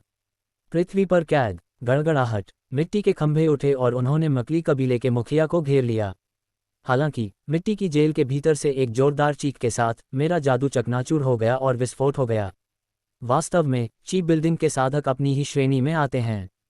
न तो स्वॉर्ड गैंग और न ही मंत्र निर्णायक प्रहार कर सके। लेकिन इससे कोई फर्क नहीं पड़ा। मैंने उसे सफलतापूर्वक रोक दिया था। किम यंग हून ने दोबारा आकर गैंग स्फीयर्स की बौछार कर दी। 9 गोले बुजुर्ग की ओर लुढ़कते हुए आए। Flash flash flash! प्रकाश का एक तूफान लगातार आगे बढ़ता रहा। आंधी के बीच नीली रोशनी की एक लकीर चमकी। मैं मर नहीं सकता, इस तरह तो बिल्कुल नहीं। मकली कबीले के मुखिया ने हताशा में अपनी जीवन रक्षक कलाकृति को सक्रिय किया और किम यंग हून के हमले से बाल बाल बच गए। उसका पेट बुरी तरह फट गया था और उसकी एक बांह गायब हो गई थी। फिर भी उसने आध्यात्मिक शक्ति का उपयोग करके जबरदस्ती एक हाथ फिर से उगा लिया और अपना भागना जारी रखा। एक तिलचट्टा भी नहीं। मैं उनकी दृढ़ता देखकर चकित रह गया। ये किस तरह का इंसान है? ची बिल्डिंग के साधक आसानी से नहीं मरते जब तक कि उनका सिर, हृदय या दांतियान पूरी तरह से नष्ट न हो जाए। ये कहावत बिल्कुल सही है। ची बिल्डिंग के साधक अपने द्वारा विकसित आध्यात्मिक शक्ति से खोए हुए अंगों के कार्यों को प्रतिस्थापित कर सकते हैं। हालांकि यह अवधारणा बेतुकी लग रही थी, लेकिन ये सच साबित हुई। बेशक उसकी आध्यात्मिक शक्ति समाप्त हो जाने पर उसकी मृत्यु हो जाएगी, लेकिन फिलहाल वह जीवित था। किम यंग हून और मैंने लगातार उसका पीछा किया। जब मैंने उसे रोकने की कोशिश की तो किम यंग हून ने घातक हमले किए। बुजुर्ग व्यक्ति लगातार अपनी जान बचाने वाली जादुई वस्तु का सहारा लेता रहा और हर बार बाल बाल बच गया। ये चक्र बार बार दोहराया गया और लगभग मृत्यु के कगार पर होने के बावजूद बुजुर्ग व्यक्ति अपने थैले से गोलियां निकालकर खाता रहा और किसी तरह जीवित रहने में कामयाब रहा। एक ही बार में इसे खत्म करना मुश्किल है। सबसे बड़ी समस्या थी उनकी उस तकनीक का मुकाबला करने में दक्षता, जिसमें धारणा को मिटाने की क्षमता होती है, जो कि ट्रांसेंडिंग कल्टीवेशन और एग्जॉस्टिंग मार्शल आर्ट्स का उपयोग करती है। उसके पास मकली वांगशिन की तुलना में अधिक और शक्तिशाली जादुई कलाकृतियां हैं, और ऐसा लगता है कि मकली कबीले के साथ पिछले टकरावों के कारण ये तकनीक प्रसिद्ध हो गई थी। और उसके पास इतनी सारी गोलियां हैं। वह उन्हें नाश्ते की तरह खाता रहा। इस मामले को लंबा खींचना परेशानी भरा है। दिन ढल रहा था। मैंने अपने दांत भींचे और मकली कबीले के मुखिया की ओर अपनी उड़ती हुई तलवार चलाई। किसी भी सामान्य परिस्थिति में ये व्यर्थ होगा। ची बिल्डिंग के साधकों के लिए जब तक उनके सुरक्षात्मक आभा के कमजोर बिंदु को सटीक रूप से लक्षित नहीं किया जाता है, तब तक तलवार गिरोह और तलवार के वार अप्रभावी होते हैं। लेकिन वह बुजुर्ग व्यक्ति, जो अब भूत की तरह पीला पड़ गया था, मेरी उड़ती हुई तलवार से बच गया। लगभग मरणासन बुजुर्ग के लिए मेरी उड़ने वाली तलवार भी एक बहुत बड़ा खतरा थी। स्विश! मेरी उड़ती हुई तलवार एक बार फिर बुजुर्ग को बाल बाल चुभ गई। अस्त व्यस्त युद्ध में उड़ती हुई तलवार को सटीक रूप से नियंत्रित करना मुश्किल है। एक स्थिर आधार आवश्यक था। मैं नीचे उतरा और जमीन को छुआ। आकाश की तरह तेज। मैंने स्काई स्पीड स्टार मंत्र का जाप किया और एक जादू किया। गड़गड़ाहट। मिट्टी आपस में जुड़कर मेरे पैरों के नीचे एक गोलाकार चबूतरा बन गई। जैसे ही मैंने अपनी हस्त मुद्रा बदली, प्लेटफॉर्म धरती पर सरकने लगा। गड़गड़ाहट। मेरे नीचे की जमीन ही मेरा वाहन बन गई। पेड़ और चट्टानें तेजी से मेरे पीछे से गुजरते गए। ऊपर आसमान में मकली कबीले का अब धीमी गति से चलने वाला बुजुर्ग व्यक्ति दिखाई दे रहा था।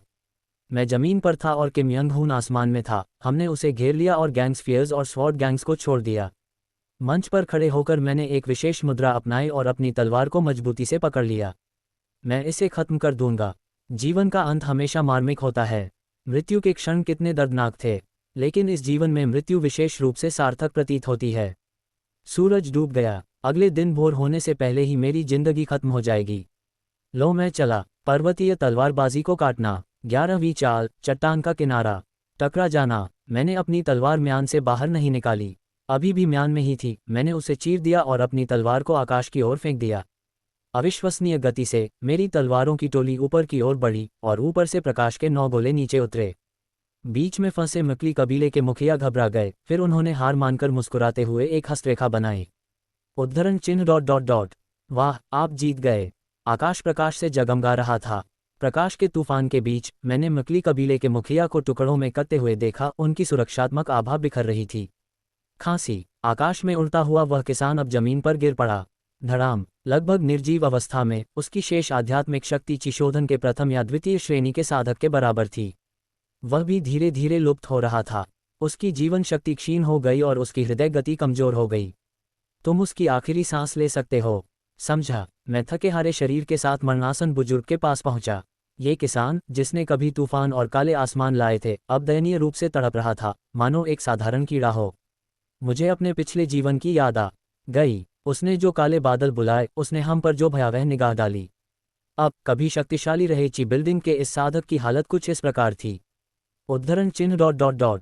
ये सोचकर हैरानी होती है कि मृत्यु के कगार पर खड़े होकर तुम ची बिल्डिंग के साधक उन साधारण मनुष्यों से भिन्न नहीं हो जिन्हें तुम इतना तुच्छ समझते हो। मैंने शांत भाव से अपनी तलवार उठाई। उस पल में उद्धरण चिन्ह ... मैं आम इंसानों से अलग नहीं हूं। मकली कबीले के मुखिया ने, जिनकी आंखें खून से लाल थीं, मुझे घूर कर देखा। मुझे हंसाओ मत, मैं मकली यून रियोन हूं। महान मकली वंश का एक बुजुर्ग, एक प्रतिष्ठित साधक। चमक। उद्धरण चिन्ह ... विस्मयादिबोधक चिन्ह उद्धरण चिन्ह। मुझे आम इंसानों से तुलना करने की हिम्मत मत करो। उसका शरीर फूल गया, जिससे दुर्गंध और नीली रोशनी निकलने लगी। मुझे तुरंत ही उसका इरादा समझ आ गया। आत्मविनाश। स्विश। जैसे ही एक भीषण विस्फोट ने पूरे इलाके को अपनी चपेट में लिया, मैं जल्दबाजी में पीछे हट गया। यह क्या है? विस्फोट से भले ही प्रकाश की मात्रा बहुत अधिक थी, लेकिन विनाशकारी प्रभाव और शक्ति सीमित थी। विस्फोट से ज्यादा फ्लैशबैंग जैसा। अचानक मुझे उसकी योजना समझ आ गई। किम ह्युंग, हमें भागना होगा। इस इलाके में कोगोगोगो। सड़ते हुए शवों की दुर्गंध हवा में फैल रही थी और शवों के जहर से बुरी तरह मिश्रित हरे पानी की एक धारा नदी की तरह हमारी ओर बढ़ रही थी। किरुरुक, क्रुरुक, क्वीक, कीक। मैंने हरे रंग की धारा से बचने के लिए जल्दबाजी में हवा में छलांग लगाई, लेकिन उसके भीतर से ही ज़ॉम्बी बाहर निकल आए और उछलकर मुझ पर अपने नाखून से वार करने लगे। धिक्कार है, ये तो।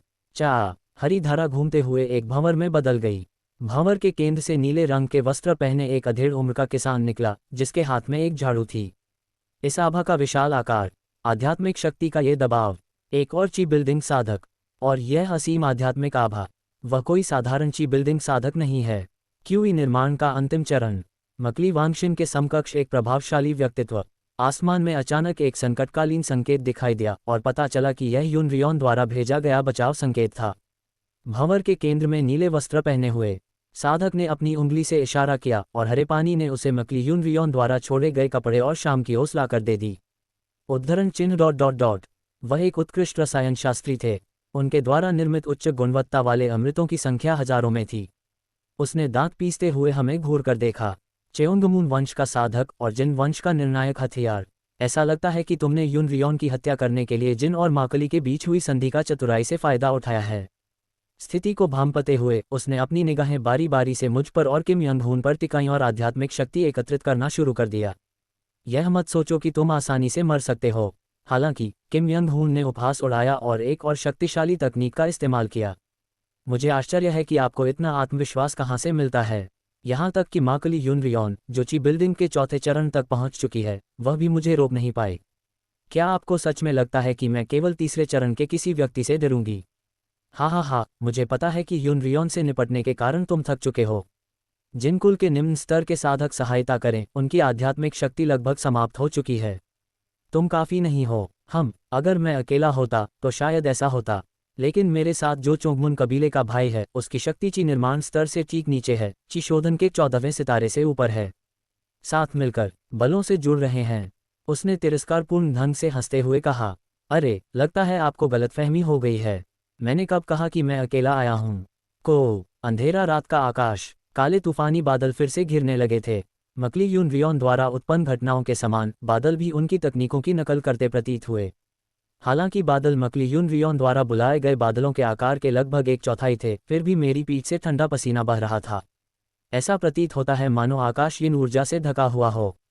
हमारे कुल के बाद की पीढ़ी के शिष्यों में से एक संयोगवश पास में ही सामग्री इकट्ठा कर रहा था, इसलिए हम सब एक साथ आ गए। अंकल मकली गोन, आप बहुत जल्दी चले गए।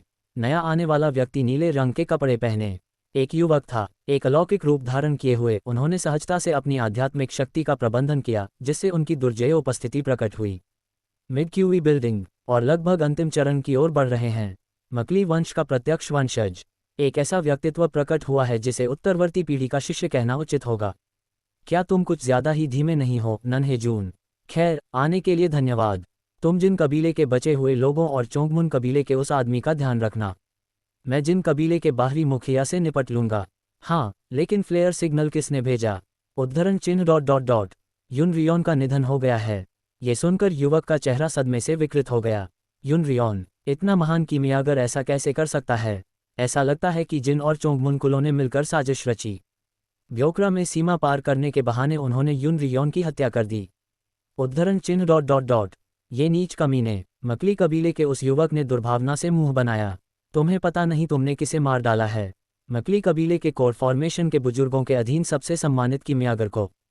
कई शिष्यों ने उनसे सीखने का अवसर खो दिया है, और आप कल्पना भी नहीं कर सकते कि कितने अनमोल औषधियां जिन्हें परिष्कृत किया जा सकता था, अब खो गई हैं। मैंने बिना किसी भावना के उस बड़बड़ाते हुए युवक को देखा और अपनी तकनीक तैयार करने लगा। मैं कितना भाग्यशाली हूँ। तुम्हें यहाँ मारकर मैं सैकड़ों, शायद हजारों जानें बचा लूंगा। आज शायद मेरा आखिरी दिन था। मैंने इस जगह को अपनी कब्र के रूप में चुना था। मुझे मरने से डर नहीं लगता था, लेकिन मेरे मन में सबसे ज्यादा चिंता की बात यही थी। किम ह्युंग, जितनी दूर भाग सकते हो भागो। किम यंग हून अपने लक्ष्य तक पहुंचने में असमर्थ रहते हुए यहीं मर गए। हालांकि मुझे अपनी आसन मृत्यु से कोई आपत्ति नहीं थी, लेकिन मैं चाहता था कि वह थोड़ा और जीवित रहे। मैं जितना हो सके उतना समय खरीदने की कोशिश करूंगा। एंडलेस माउंटेन्स बियॉन्ड माउंटेन्स का उपयोग करते हुए मैंने युवा, दिखने में कमजोर मध्यची बिल्डिंग कल्टीवेटर पर हमला कर दिया। हाँ, ये तो हास्यास्पद है। तेज हवा चली। यिन पवन के पार, यिन ऊर्जा का एक घेरा मेरी ओर उड़ता हुआ आया। सेवरिंग माउंटेन स्वॉर्ड्समैनशिप का उपयोग करते हुए मैंने क्यूई बिल्डिंग स्पेल को काट डाला और कभी कभी प्रतिकार के लिए अपनी खुद की तकनीकों का इस्तेमाल किया। सब कुछ काट डालो। मैंने कई मंत्रों को तराशा, रोका और चकमा दिया, और अंत में मुझे एक छोटा सा मौका मिल गया। काटना। मेरी तलवार ने एक तेज गति से मध्य चरण के क्यूई बिल्डिंग के युवक की ओर निशाना साधा। पर्वतीय तलवारबाजी, 22वां कदम पर्वतीय तलवारबाजी। सभी 21 रूप एक साथ प्रकट हुए और मेरी तलवार से होकर विस्फोट कर निकले। सफलता हासिल करो। सेवरिंग माउंटेन, अंतिम रूप, जिसका नाम पहाड़ों को भी चीरने की शक्ति के कारण रखा गया था, मध्य क्यूई बिल्डिंग के आदमी की ओर तेजी से बढ़ा।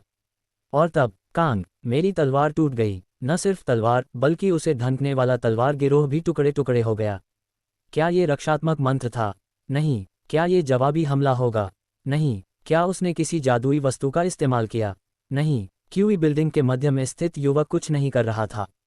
केवल शुद्ध आध्यात्मिक शक्ति का उपयोग करके सुरक्षात्मक ज्ञानची उत्सर्जित करते हुए उसने मुझे ऐसे देखा जैसे मैं कोई मजाक हूं।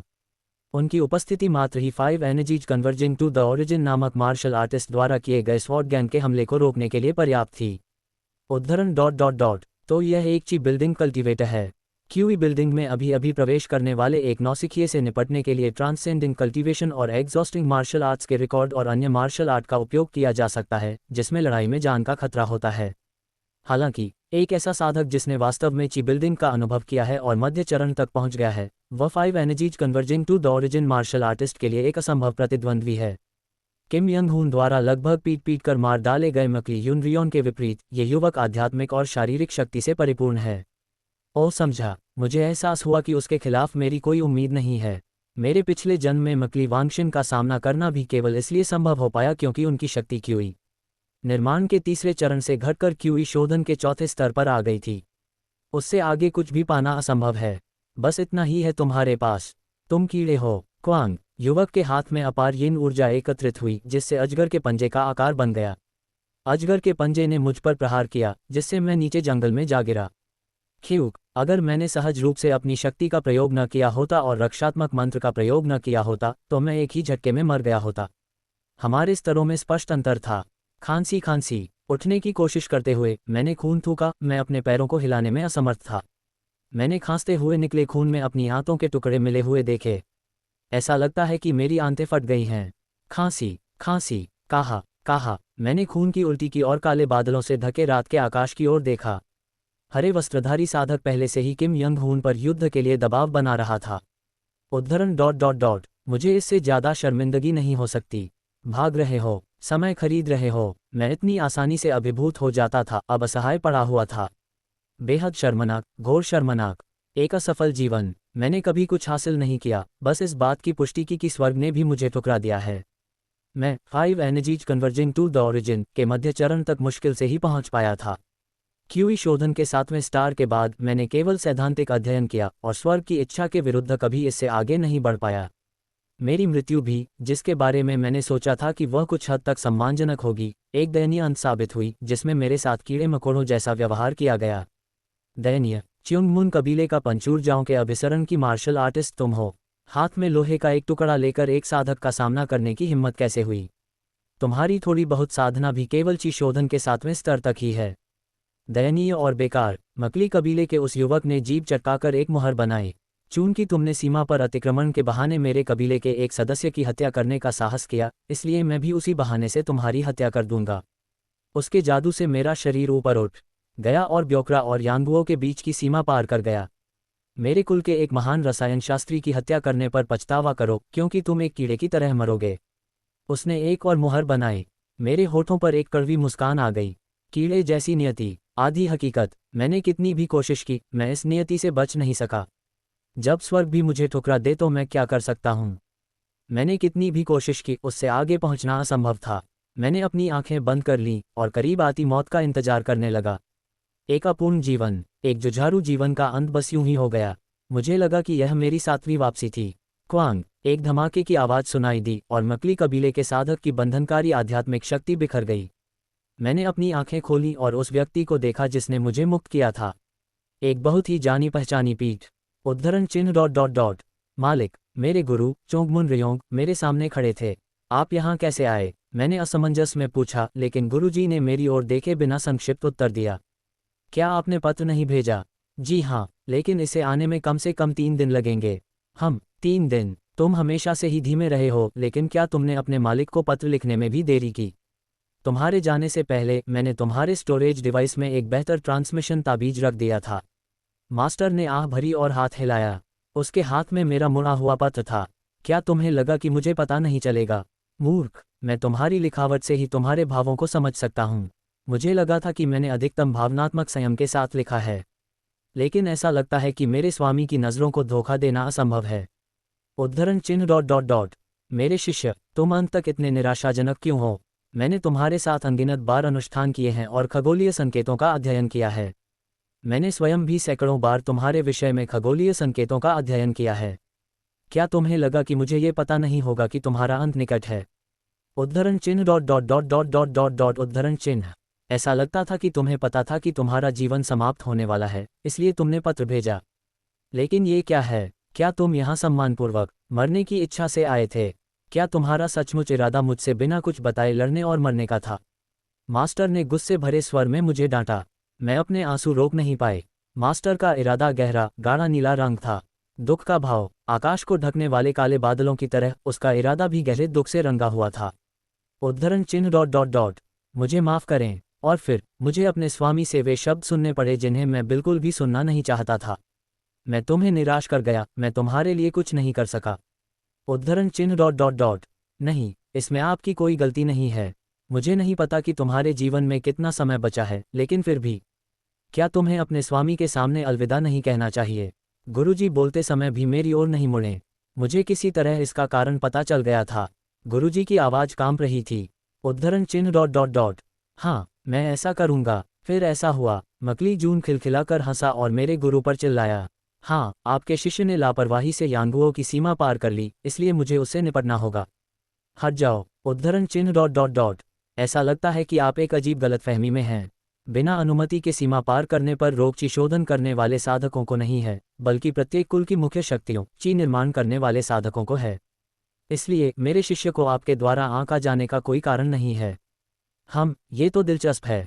तो ब्योक्रा के एक ची बिल्डिंग साधक के रूप में आप वर्तमान में यांगुओं की भूमि में भी खड़े हैं, इसलिए आप भी दंड के दायरे में आते हैं। उद्धरण चिन्ह डॉट डॉट डॉट।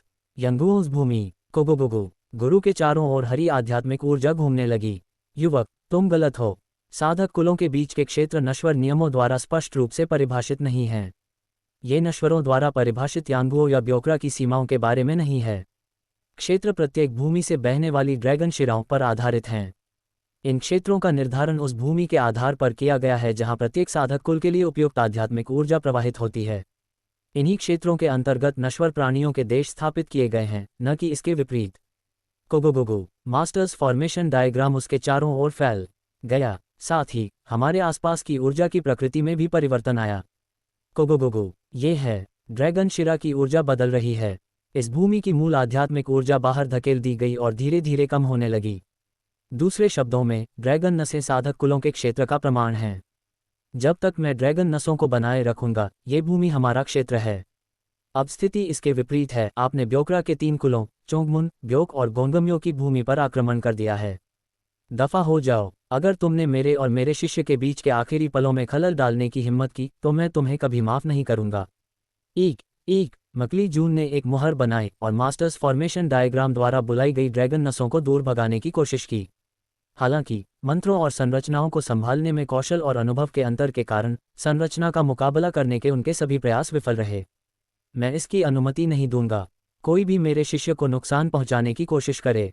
क्या बकवास है। फिर भी तुमने जिन और मकली कुलों से संबंधित यांगुओं की भूमि पर आक्रमण किया है, मैं स्वयं तुम्हारा न्याय करूंगा। न्यायाधीश, एक नन्हा बच्चा न्याय करने की हिम्मत कैसे कर सकता है? क्या मैंने तुम्हें नहीं बताया? जब तक ड्रैगन नस इस क्षेत्र को घेरे हुए है, ये 3 कुलों की भूमि है। ड्रैगन वेन्स, फॉर्मेशन और बुनियादी मंत्रों के मामले में ब्योक्रा, यांगुओ और शेंगजी में कोई भी मेरा मुकाबला नहीं कर सकता। चोंगमुन रेयोंग, तुम इतनी मूर्खतापूर्ण बातें कैसे कर रहे हो? हाँ, बकवास। खैर, चोंगमुन रेयोंग, मैंने ये नाम सुना है। मकली जून ने व्यंग्य करते हुए अपनी बात जारी रखी कि बिल्डिंग के साधकों में 3 महान हस्तियां हैं। रसायन शास्त्र में मकली युन रियोन, कलाकृतियों को परिष्कृत करने में गोंगम्यो चेओनसाइक, और आप चेओनमुन रियोन, संरचनाओं और बुनियादी मंत्रों में।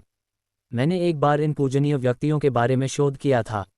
मुझे आश्चर्य हुआ कि किसी की हिम्मत कैसे हुई खुद की तुलना मकली वंश के हमारे युन रियोन से करने की। गोंगम्यो चेओनसाइक भले ही अशिष्ट व्यक्ति हो, लेकिन उसके कौशल निसंदेह प्रबल हैं। आप तो सैकड़ों वर्षों से प्रशिक्षण ले रहे हैं, फिर भी अभी तक ची निर्माण के प्रारंभिक चरण में ही हैं। यहाँ तक कि आप बिल्कुल शुरुआत में ही हैं, सूप की टोकरी में भी नहीं। ची निर्माण के प्रारंभिक चरण तक भी न पहुँच पाने के लिए कोई कितना सुस्त, मूर्ख और आलसी होना चाहिए। उसने व्यंग्यपूर्ण ढंग से हंसते हुए अपने हत्यारे इरादे को प्रकट किया। ऐसा गुरु, ऐसा शिष्य। मैंने सुना है कि चोंगमुन कुल के मुख्य घर में एक निकम्मा प्राणी है जो सिर्फ खाना खाता है और कुछ नहीं करता, बुनियादी मंत्रों का अध्ययन करता है, सफलता से पहले ही ज्ञान प्राप्त कर लेता है और आलस्य में बैठा रहता है। वह मूर्ख जो ऐसे निकम्मे से शिक्षा लेने आया है, वह भी उतना ही मूर्ख, सुस्त, आलसी और बेकार होगा। क्या ये जगह अब 3 कुलों की भूमि है? तो अगर मैं तुम्हें मार डालूं तो ड्रैगन नस पीछे हट जाएगी और यह फिर से हमारी भूमि बन जाएगी। कोगोगोगोगो। उसके सिर के ऊपर काले बादल मंडरा रहे थे। उससे यिन ऊर्जा का प्रवाह हुआ जिससे आसपास का वातावरण रंगीन हो गया। मैंने उन काले बादलों को देखा। बादलों ने आसमान को ढक लिया है। स्वर्ग की इच्छा ने मुझे अस्वीकार कर दिया है। उद्धरण चिन्ह डॉट डॉट डॉट। मालिक, बोलना। शिष्य ने अपना जीवन व्यर्थ ही व्यतीत किया है। ये शर्मनाक है। मास्टर ने अपनी मुट्ठी भींच ली, लेकिन वह एक पल के लिए रुका, मानो मेरी बात सुनने के लिए। लेकिन गुरुजी, मैं आपकी शक्ति को जानता हूँ। इस बार उस ची बिल्डिंग कल्टीवेटर से भिड़ने के बाद मुझे इस बात का और भी यकीन हो गया है। लड़खड़ाते हुए मैं उठा और अपने गुरु के पास गया। यद्यपि आप अभी ची निर्माण के प्रारंभिक चरण में हैं, मैंने महसूस किया है कि आप निश्चित रूप से उस व्यक्ति को हरा सकते हैं। क्या इसका अर्थ यह नहीं है कि आपने जो कुछ भी किया है उसका कोई अर्थ है, कि आपके वर्षों के प्रयासों का कोई मूल्य है? गुरुजी, मुझे लगता है कि मेरा जीवन लगभग समाप्त हो चुका है और मैं आपसे विनम्रतापूर्वक प्रार्थना करता हूँ। मैं उसके पीछे घुटनों के बल बैठ गया और मैंने उससे विनती की। आपने मुझे जो शिक्षाएं दी हैं, आपने अपने जीवन में जो भी कठिनाइयां झेली हैं, उनका अर्थ है। मैं इसे अपनी आंखों से देखना चाहता हूँ। कृपया उस अभद्र व्यक्ति को उसके शब्दों पर पछतावा कराएं। आपको इस तरह के अपमान का सामना नहीं करना चाहिए। उद्धरण चिन्ह डॉट डॉट डॉट। ठीक है मास्टर, अंततः मेरी ओर मुड़े। उसने मुझे एक बार गले लगाया और फिर मेरा हाथ पकड़ लिया। खुरदरी और कठोर त्वचा, कठोर प्रशिक्षण में व्यतीत जीवन की छाप। बिल्कुल, मैं ऐसा करने की योजना बना रहा था। मेरा शिष्य को आकाश से एक बादल का अजगर हम पर उतर आया। अपनी भावुकता को मरने के बाद के लिए बचाकर रखो। चमक, बूम। जैसे ही गुरु ने अपना हाथ उठाया, बादल का अजगर फट गया। मास्टर ने एक बार फिर पीठ फेर ली और मकली जून को घूरते हुए बोले, सबसे पहले आपकी इस बेतुकी बात में कुछ ऐसी बातें हैं जिन्हें सुधारने की जरूरत है। कोगोगोगोगो। गुरु के चारों ओर से एक बार फिर हरी आध्यात्मिक ऊर्जा का विस्फोट हुआ। लकड़ी तत्व आध्यात्मिक ऊर्जा। पहली बात तो यह है कि जैसा आपने कहा, मैं सचमुच एक सुस्त, मूर्ख, आलसी और निकम्मा इंसान हूँ। लेकिन मेरा शिष्य सुस्त नहीं है। सुस्त तो वे मूर्ख होते हैं जो अपनी जन्मजात खूबियों पर भरोसा करते हैं और मेहनत करने में आलसी होते हैं। लकड़ी की आध्यात्मिक ऊर्जा गतिमान हुई और गुरु के चारों ओर एक आकृति का आरेख बना दिया। दूसरा, मेरा शिष्य मूर्ख नहीं है। उसमें प्रतिभा की कमी हो सकती है, लेकिन एक मूर्ख व्यक्ति मार्शल आर्ट कैसे सीख सकता है और साधना की बाधा को कैसे पार कर सकता है। हरी भरी जमीन प्रकाश से जगमगा उठी। तीसरा, मेरा शिष्य आलसी नहीं है। उसने तब तक मंत्रों का जाप किया जब तक उसका गला दुखने लगा, तब तक हस्त मुद्राओं का अभ्यास किया जब तक उसके हाथों से खून नहीं बहने लगा, और इन सब के बीच लगातार अपनी अनूठी तलवारबाजी का अभ्यास करता रहा। वह निश्चित रूप से आलसी नहीं है। विभिन्न स्थानों से हरी आध्यात्मिक ऊर्जा एकत्रित हुई और जमीन से ऊर्जा के अंकुर निकलने लगे। गुरु का क्षेत्र 10 झांग लगभग 30 मीटर के दायरे में फैला हुआ था, जिसमें आध्यात्मिक ऊर्जा के अनगिनत अंकुर फूट रहे थे। आकाश में छाया अंधेरा धरती से निकलने वाले प्रकाश से पीछे हटा हुआ प्रतीत हो रहा था। चौथा, मेरा शिष्य निकम्मा नहीं है। उसने मुख्य परिवार के स्वाभाविक रूप से प्रतिभाशाली लेकिन अनुशासनहीन वंशजों की तुलना में अधिक मेहनत की है और मेरा अधिक सम्मान किया है। यदि ऐसा व्यक्ति निकम्मा है तो इस दुनिया में कौन निकम्मा नहीं है। हाँ, मानो ये साबित करने के लिए कि तुम कोई कीड़ा नहीं हो, तुम अपने कीड़े जैसे शिष्य का जमकर बचाव कर रहे हो। पांचवां, पाह। गुरु के चारों ओर आध्यात्मिक ऊर्जा के हरे भरे वृक्ष उगाए। आध्यात्मिक शक्ति से निर्मित एक वन का उदय हुआ। आप मुझे एक कीड़ा समझकर खारिज कर सकते हैं, लेकिन चोंगमुन कबीला अपनी पदानुक्रम को केवल वंशानुगत रक्त संबंधों पर आधारित नहीं करता है। चियोंगमून वंश युद्ध कला के सिद्धांत का सम्मान करता है। हमारे पदक्रम हर कुछ वर्षों में होने वाली अमर युद्ध सभा द्वारा निर्धारित किए जाते हैं। निचले पद वालों को बाहरी क्षेत्रों में भेज दिया जाता है, जबकि उच्च पद वालों को मुख्य घर में रहने का अधिकार दिया जाता है। और मैं लगभग 150 वर्षों से मुख्य घर में तकनीकों का शोध और विकास कर रहा हूँ। तो क्या हुआ, तुम अभी भी ची बिल्डिंग के पहले चरण में ही हो। मैं दूसरे चरण में हूँ। तीसरे चरण के ची बिल्डिंग साधक की सहायता से, जो जिन कबीले के उस बाहरी बुजुर्ग को दबाने ही वाला है, तुम्हारे जीतने का कोई मौका नहीं है। छठा, चमक। आध्यात्मिक ऊर्जा का जंगल अचानक विशाल हो गया। कोगोगोगोगो। सफलता से पहले समझ विकसित करने के लिए मेरा जीवन भर का समर्पण। मैंने अपने शिष्यों को जो शिक्षाएं दी, वे कभी गलत नहीं थीं। असंख्य पेड़ मिलकर एक विशाल वृक्ष बन गए जो आकाश की ओर बढ़ता है। शिष्य, मैं एक अयोग्य गुरु हूँ, इसलिए मैं न तो तुम्हारे लिए कुछ कर सकता हूँ और न ही तुम्हें कुछ दे सकता हूँ। लेकिन जो शिक्षाएं मैंने तुम्हें दी हैं, जो कुछ तुमने सीखा है। को बादल के अजगर एकत्रित हुए और विशाल वृक्ष की ओर दहाड़ते हुए बढ़े। वे कभी गलत नहीं थे, वे अर्थहीन नहीं थे। बस यही मैं आपको दिखा सकता हूँ। शिष्य, तुम और मैं, हम कभी गलत नहीं थे। फिर वह विशाल वृक्ष हिलने लगा। अब से मैं इसे साबित कर दूंगा। क्वाग्वाग्वाग्वा। उस विशाल वृक्ष की शाखाएं फैल गईं। अचानक कांटेदार शाखाएं आकाश की ओर बढ़ीं और बादल के ड्रैगनों को फंसा लिया। क्या ये सांसारिक कारावास मंत्र का सिद्धांत है? नहीं, ये तो उस विशाल पेड़ को करीब से देखने पर मैं दंग रह गया। ये केवल आध्यात्मिक ऊर्जा का एक विशाल समूह नहीं था।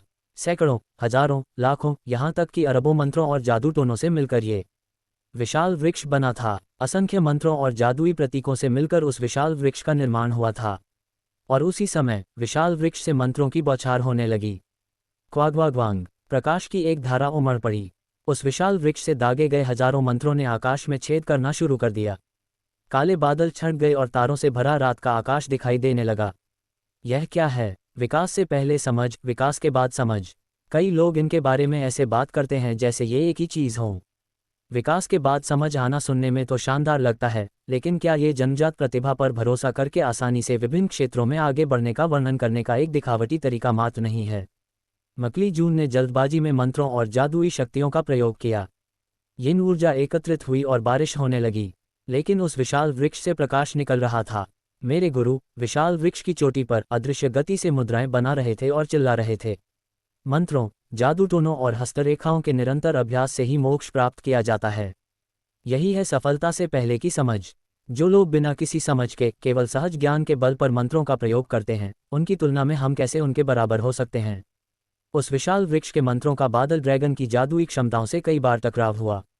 हर बार हवा में कंपन होता था और आध्यात्मिक ऊर्जा की लहरें आकाश और पृथ्वी में फैल जाती थीं। जब मैं सफलता से पहले समझ के माध्यम से किसी स्तर तक पहुंचता हूं, तो मुझे विश्वास है कि मैं उसी स्तर में किसी को भी पराजित कर सकता हूं। जब भी विशालकाय वृक्ष बादल के अजगर से टकराता था, तो विशालकाय वृक्ष का स्वरूप बदलने लगता था। पेड़ धीरे धीरे एक मानव आकृति में परिवर्तित हो गया। लकड़ी की मूर्ति ने अपनी भुजाएं हिलाईं। आकाश से बादलों के ड्रैगन की यिन ऊर्जा अवतरित हुई। जियोंग, तेज बवंडर चलने लगे और बादल गोलाकार लहरों के रूप में उभर आए। मकली जून द्वारा निर्मित बादल ड्रैगन के टुकड़े टुकड़े हो गए और लकड़ी की आकृति अधिक स्पष्ट हो गई। मास्टर के रूप से मिलती जुलती लकड़ी की आकृति ने एक विशालकाय दानव का रूप धारण कर लिया। धरती में गहरी जड़ें जमाए आकाश की ओर बढ़ते हुए वह थे मास्टर। स्वामी एक विशाल वृक्ष था। प्रहार प्रहार, आह, ये बहुत सुंदर है। उसी समय मुझे अपने दिल की धड़कन असामान्य रूप से तेज महसूस हुई। जिस दिन मेरी मृत्यु होनी थी, मेरी मृत्यु का समय निकट आ रहा था। क्या मैं जी नहीं सकता? मुझे पूरी तरह से समझ नहीं आया था कि गुरुजी मुझे क्या दिखा रहे थे। क्या सच में मरने का समय आ गया है? ये बहुत अन्यायपूर्ण लगा। हे स्वर्ग, तुमने मुझे कुछ नहीं दिया, फिर भी तुम इतनी बेरहमी से मेरी जान क्यों ले लेते हो? प्रहार प्रहार, मुझे अचानक एहसास हुआ कि मेरा दिल असामान्य लक्षण दिखा रहा है। दिल का दौरा। हालांकि युद्ध में मेरा शरीर घायल हो गया था, फिर भी उसमें काफ़ी जीवन शक्ति बाकी थी। मेरे आंतरिक अंगों को मामूली क्षति पहुंची थी, लेकिन जानलेवा नहीं। मुझे आश्चर्य हुआ कि स्वर्ग मेरी जान कैसे लेगा।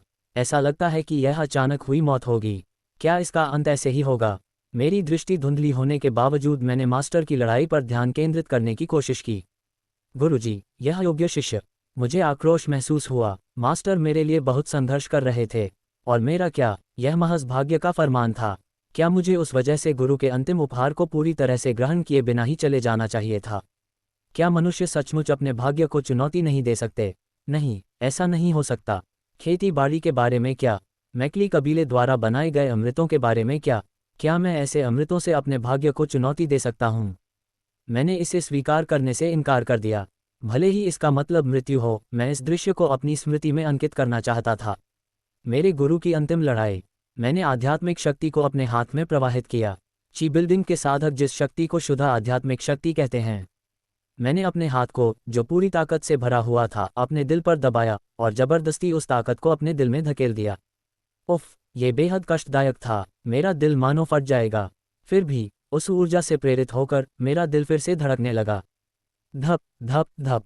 हे भगवान, अब तुम क्या करोगे? मेरा दिल फिर से धड़कने लगा। है, मैं अभी नहीं मरूंगा। कोगोगोगोगो। अचानक मेरे पीछे का एक पेड़ टूटकर मेरी ओर गिर पड़ा। उफ, अपने दिल के दर्द को नज़रअंदाज करते हुए मैं लुढ़क कर दूर हट गया और बाल बाल पेड़ से टकराने से बच गया। टकरा जाना। उद्धरण चिन्ह डॉट डॉट डॉट विस्मयादिबोधक चिन्ह उद्धरण चिन्ह। जैसे ही मैंने जमीन पर पैर रखा, एक जहरीला सांप एक छेद से निकला और मेरी उंगलियों को काट लिया। सांप के पैटर्न को देखकर लगता है कि यह एक शक्तिशाली जहर है।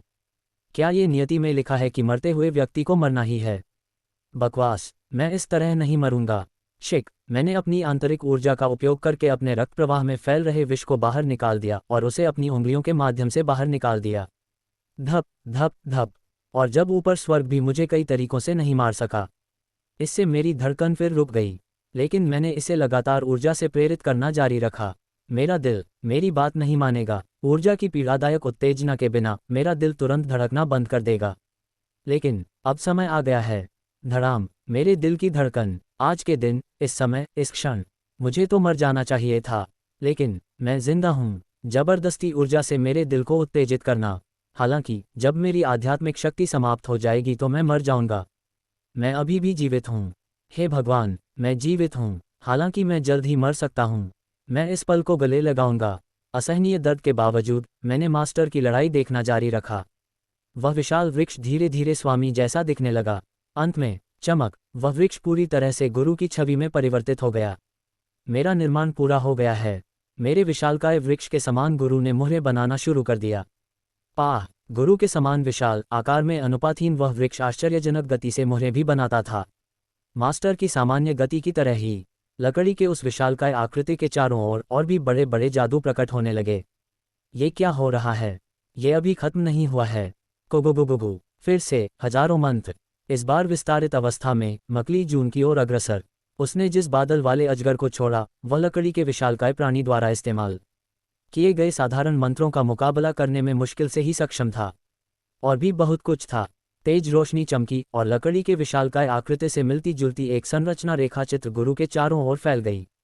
निकटवर्ती पर्वत श्रृंखला इसके प्रभाव क्षेत्र में आती थी। क्या ये कोर फॉर्मेशन कल्टीवेटर की गठन सीमा नहीं है? सक्रिय करो। जैसे ही गुरु ने एक मुद्रा बनाई वैसे ही लकड़ी के विशालकाय व्यक्ति ने भी एक मुद्रा बना ली।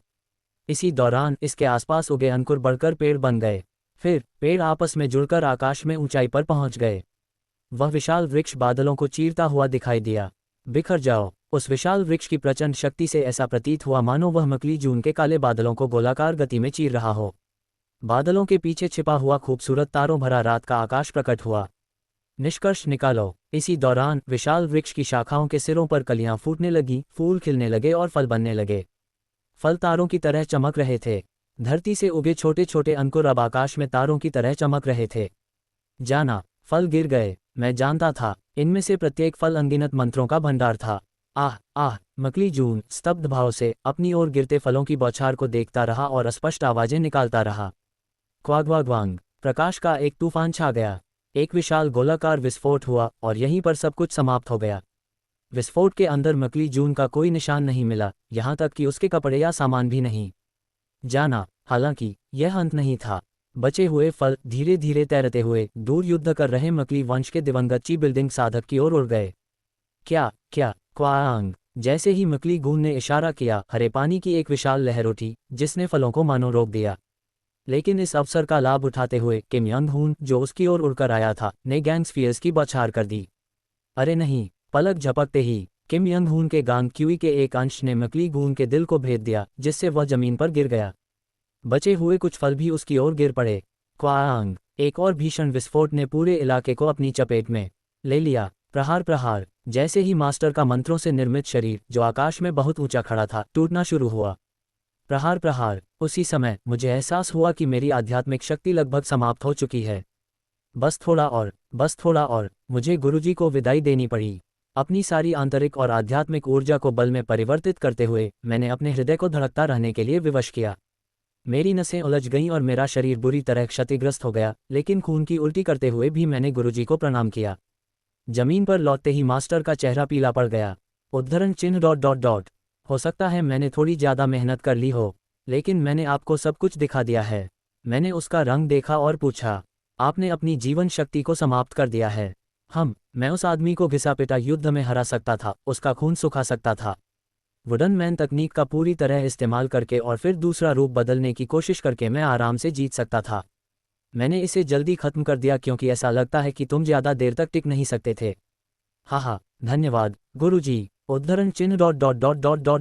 उद्धरण चिन्ह। प्रहार, उद्धरण चिन्ह ... मेरे शिष्य, तुम मेरा गौरव हो। कुल के वंशज मुझसे शिक्षा लेने आए, लेकिन उनमें से कोई भी मेरे कठोर शब्दों और आलोचनाओं का सामना नहीं कर सका।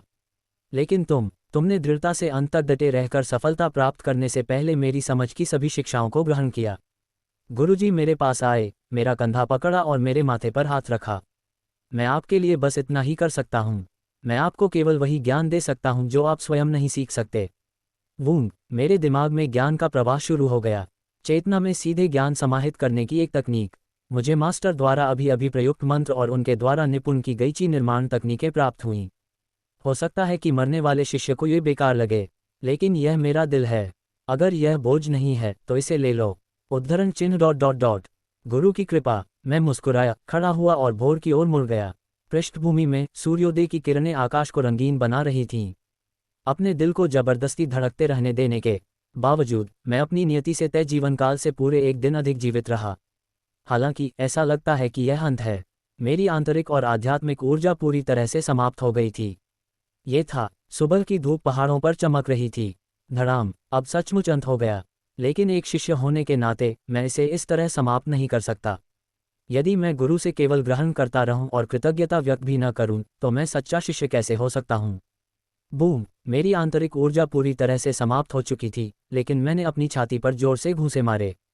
मेरी छाती पर मेरी मुट्ठी का निशान था। मेरे मुक्कों से मेरा दिल फिर से धड़कने लगा। Boom boom boom! अगर मुझे मरना ही है तो और भी दर्दनाक हो। गुरुजी को जब मेरी हरकत का एहसास हुआ तो उनके होंठ कांपने लगे। उन्होंने एक फैसला लिया और ध्यान मुद्रा में बैठ गए। मैंने गुरुजी के समक्ष प्रणाम किया, जो पालथी मारकर बैठे थे। 1 बार, 2 बार, 3 बार। मेरा दिल फिर से धड़कना बंद हो गया, लेकिन मैंने उसे फिर से धड़कने के लिए मजबूर करने के लिए अपनी छाती पीटना जारी रखा। 4, 5, 6 बार। टपक टपक। काले बादल छंट जाने के बावजूद मेरे चारों ओर का आसमान अभी भी गहरा नीला क्यों था? अभी भी बारिश क्यों हो रही थी? अरे, ये काले बादल नहीं हैं। ये गुरुजी का दुख और आंसू थे। 7, 8, 9 बार। मैंने 9 प्रणाम किए। 9 प्रणाम केवल अपने गुरु को 9 बार नमन करना ही नहीं है। वे प्रणाम करने के 9 अलग अलग तरीके दर्शाते हैं। एक परंपरा जिसकी उत्पत्ति मार्शल आर्ट से हुई और जो विकृत हो गई। लेकिन भले ही परंपरा विकृत हो गई हो, यह मेरी भावनाओं को व्यक्त करने के लिए अपर्याप्त थी। किसी अनुष्ठान में महत्वपूर्ण बात उसकी उत्पत्ति नहीं है, बल्कि यह है कि क्या वह व्यक्ति के हृदय की भावनाओं को व्यक्त करने के लिए पर्याप्त है।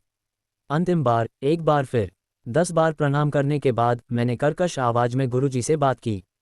मुझे गुरु से असीम कृपा प्राप्त हुई है। धन्यवाद और अलविदा। तो फिर जाओ, अलविदा। आंसू बहने लगे। मुझे लगा कि ये आंसू गुरु के चेहरे से आ रहे हैं, लेकिन ये मेरी आंखों से भी गिर रहे थे। आराम करो मेरे प्रिय शिष्य। उन अंतिम शब्दों के साथ मैंने अपनी आंखें बंद कर लीं। जैसे ही सुबह की रोशनी से आकाश रंगीन हुआ, शिष्य द्वारा प्रणाम किए जाने के बाद गुरु ने अपने शिष्य के ठंडे पड़ चुके शरीर पर आंसू बहाए। तुम मेरे दिल में बसे विशाल वृक्ष के समान थे। शुरू में एक परेशान करने वाला छोटा अंकुर, लेकिन जैसे जैसे 10-20 साल बीतते गए, वह अंकुर बढ़कर पेड़ बन गया। लगातार बढ़ता ही जा रहा है। एक अपूरणीय विशाल वृक्ष बनकर चियोंगमुन रेयोंग के हृदय को सहारा देने वाला एक स्तंभ। लेकिन अब वह विशाल वृक्ष नहीं रहा। आत्मा को शांति मिले। एक शिष्य जिसने अपना पूरा जीवन परिश्रम में व्यतीत किया। चियोंगमुन रेयोंग ने अपने शिष्य की मृत्यु के बाद शांति की कामना करते हुए मृत शरीर को विधिपूर्वक प्रणाम करते हुए विसर्जित किया। चियोंगमुन रेयोंग ने अपनी थैली से एक बीज निकाला और उसे शिष्य की छाती पर रख दिया। जैसे ही उन्होंने उसमें लकड़ी के तत्व की आध्यात्मिक ऊर्जा डाली, बीज प्रतिक्रिया करने लगा। पाह कोगोगोगोगो! बीज तेजी से अंकुरित हुआ, शिष्य के शरीर को ढक लिया और एक विशाल वृक्ष में बदल गया। जल्द ही पेड़ इतना बड़ा हो गया कि उसने आसपास के जंगल के किसी भी पेड़ को पीछे छोड़ दिया, और तभी चियोंगमुन रेयोंग ने अपना हाथ पीछे खींच लिया। वह पेड़ क्विंस का पेड़ था। अपने शिष्य के समान दिखने वाले पेड़ को सहलाते हुए चियोंगमुन रेयोंग ने बात की। मैं तुम्हें नहीं भूलूंगा। वूश! मानो सियो यून यून की आत्मा ऊपर की ओर उठ रही हो। क्विंस के पेड़ की जड़ से एक तेज हवा आसमान की ओर बह निकली। चियोंगमुन रेयोंग ने क्विंस के पेड़ की शाखाओं के बीच से आकाश की ओर देखा। ये सियो यून यून की 7वीं वापसी थी। मैंने धीरे धीरे अपनी आंखें खोलीं। मेरे सीने में अभी भी दर्द हो रहा था। क्या यह मेरे पिछले जीवन में मरने से ठीक पहले अनुभव किए गए हृदय विदारक दर्द के कारण था? या फिर ये दिल की तेज धड़कन से उत्पन्न होने वाला काल्पनिक दर्द था? या शायद यह उस गुरु को फिर कभी न देख पाने का दुख था, जिनके साथ मेरा एक गहरा रिश्ता बन गया था। मैं, आपका शिष्य, गुरु को अपने हृदय में अंकित करूंगा। भले ही हम एक अलग समय रेखा से हमेशा के लिए अलग हो गए हों, लेकिन हमारा साथ बिताया समय कभी भुलाया नहीं जाएगा। ये संक्षिप्त प्रतिज्ञा लेने के बाद मैंने हाथ से एक मुहर बनाई।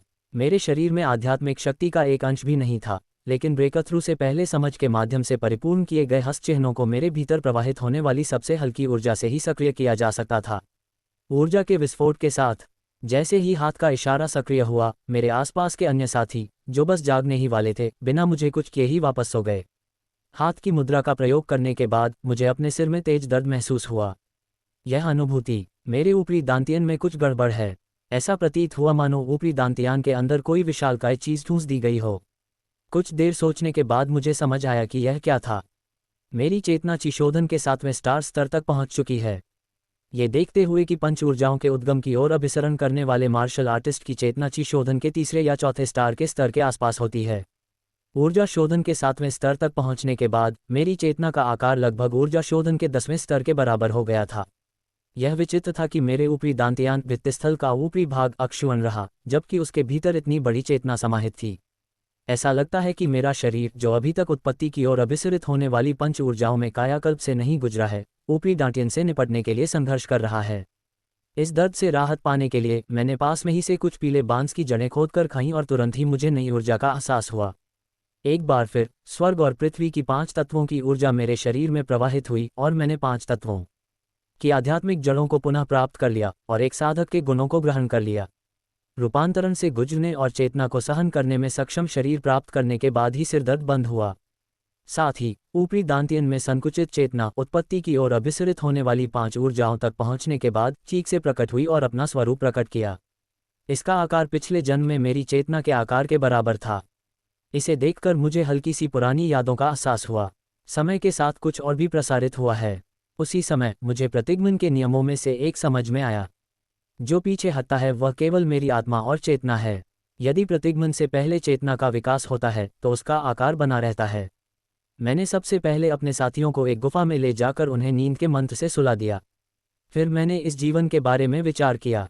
भगवान न करे, मुझे क्या करना चाहिए? साधक बनने का मुख्य कारण आरोहण द्वार की खोज करना था। अपने पिछले जीवन में जब मैं चेउगमुन कबीले का सदस्य था, मैंने कबीले के पुस्तकालय का उपयोग करके आरोहण द्वार के बारे में सीखा था। ये जानकारी मुझे पहले से पता थी, उससे बहुत अलग नहीं थी। फिर भी असेंशन गेट एक स्थानिक दरार है जो हर 1000 साल में एक बार खुलती है। एक बार खुलने के बाद ये पूरी तरह से बंद होने से पहले 6 महीनों में धीरे धीरे सिकुड़ता है। आरोहण द्वार के भीतर स्थानिक दबाव को सहन करने के लिए व्यक्ति के पास कम से कम स्वर्गीय प्राणी स्तर के साधक के बराबर रक्षात्मक शक्ति होनी चाहिए। एक बार जब आरोहण द्वार बंद हो जाता है तो उसे दोबारा देखने के लिए 1000 साल और इंतजार करना पड़ता है। 1000 साल, इतने लंबे समय तक प्रतीक्षा करने के लिए किसी व्यक्ति को कम से कम नवजात आत्मा स्तर के साधक के जीवनकाल और शक्ति की आवश्यकता होती है। इसीलिए मैंने किसान बनने का फैसला किया। भले ही मैं मार्शल आर्ट में महारत हासिल कर लूं, ये केवल शरीर की सर्वोत्तम स्थिति को बनाए रखता है, जीवन को लंबा नहीं करता। ये तथ्य मैंने अपने पिछले जीवन में सत्यापित किया था। हालांकि मैं अपनी साधना को आगे नहीं बढ़ा सकता। तब क्या करूं? मैं इसे कैसे करूं? क्या इसका पता लगाने का कोई तरीका है? हालांकि मेरे गुरु ने मुझे ची निर्माण और ची शोधन के अंतिम चरणों का ज्ञान प्रदान किया था, मैं कभी भी क्यूई रिफाइनिंग के 7वें स्टार को पार नहीं कर सका। मुझे क्या करना होगा? मुझे कम से कम एक बार तो कोशिश करनी ही चाहिए। मैंने अपने दांत भींच लिए। हाँ, मैं कुछ नहीं कर सकता, लेकिन हेवनली बीम के वरिष्ठ सदस्य कुछ दिनों में आएंगे। Golden divine heavenly thunder sect, black ghost valley, heaven creation sect. इसके अलावा समुद्री ड्रैगन राजा और को बड़ा बूढ़ा आदमी, मुझे उनसे विनती करनी चाहिए। भले ही इसका मतलब गिड़गिड़ाना ही क्यों न हो, मुझे उनसे कोई रास्ता जरूर पूछना चाहिए। दांत भींचते हुए मैंने विधि परिवर्तनकारी दांतियन का अभ्यास शुरू किया। 5 आध्यात्मिक गुणों को समतुल्य करके उन्हें दांतियान में स्थापित करें।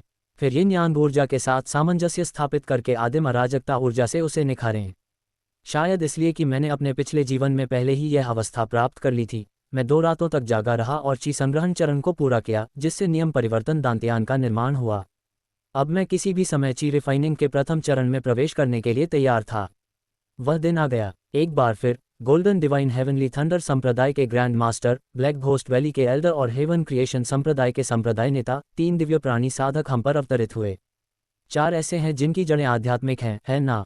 Golden divine heavenly thunder sect के ग्रैंड मास्टर जिन ब्यूखों ने हमें अपनी ओर आकर्षित किया। स्वर्ग और पृथ्वी की ऊर्जा स्वाभाविक रूप से प्रतिध्वनित हुई, जिसने मुझे ओह यून सेओएक, जियोनम्योंग हून और कांग मिनही को आगे की ओर खींच लिया। एक बार फिर मेरे पिछले जीवन जैसी ही प्रतिक्रियाएं उभर आईं।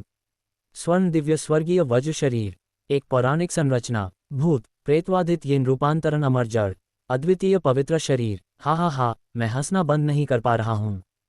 फिर उनकी निगाहें आखिरकार मेरी ओर मुड़ गईं। हम ची ऊर्जा संचयन पूरा करने के चरण में। लगता है आप मूल रूप से एक साधक हैं। ओह, इसे देखो, आपकी चेतना का स्तर ची ऊर्जा शोधन के 10वें स्तर पर है। मेरी चेतना का आकार देखकर जिन ब्यूखो विस्मय से भर उठा। फिर दूसरों की आंखों में एक बार फिर लालच की झलक दिखाई दी। आइए योग्यता का परीक्षण करें। उसी समय स्वर्ग और पृथ्वी की ऊर्जा जबरदस्ती मेरे शरीर में प्रवेश कर गई और उसे चीरती हुई आगे बढ़ी।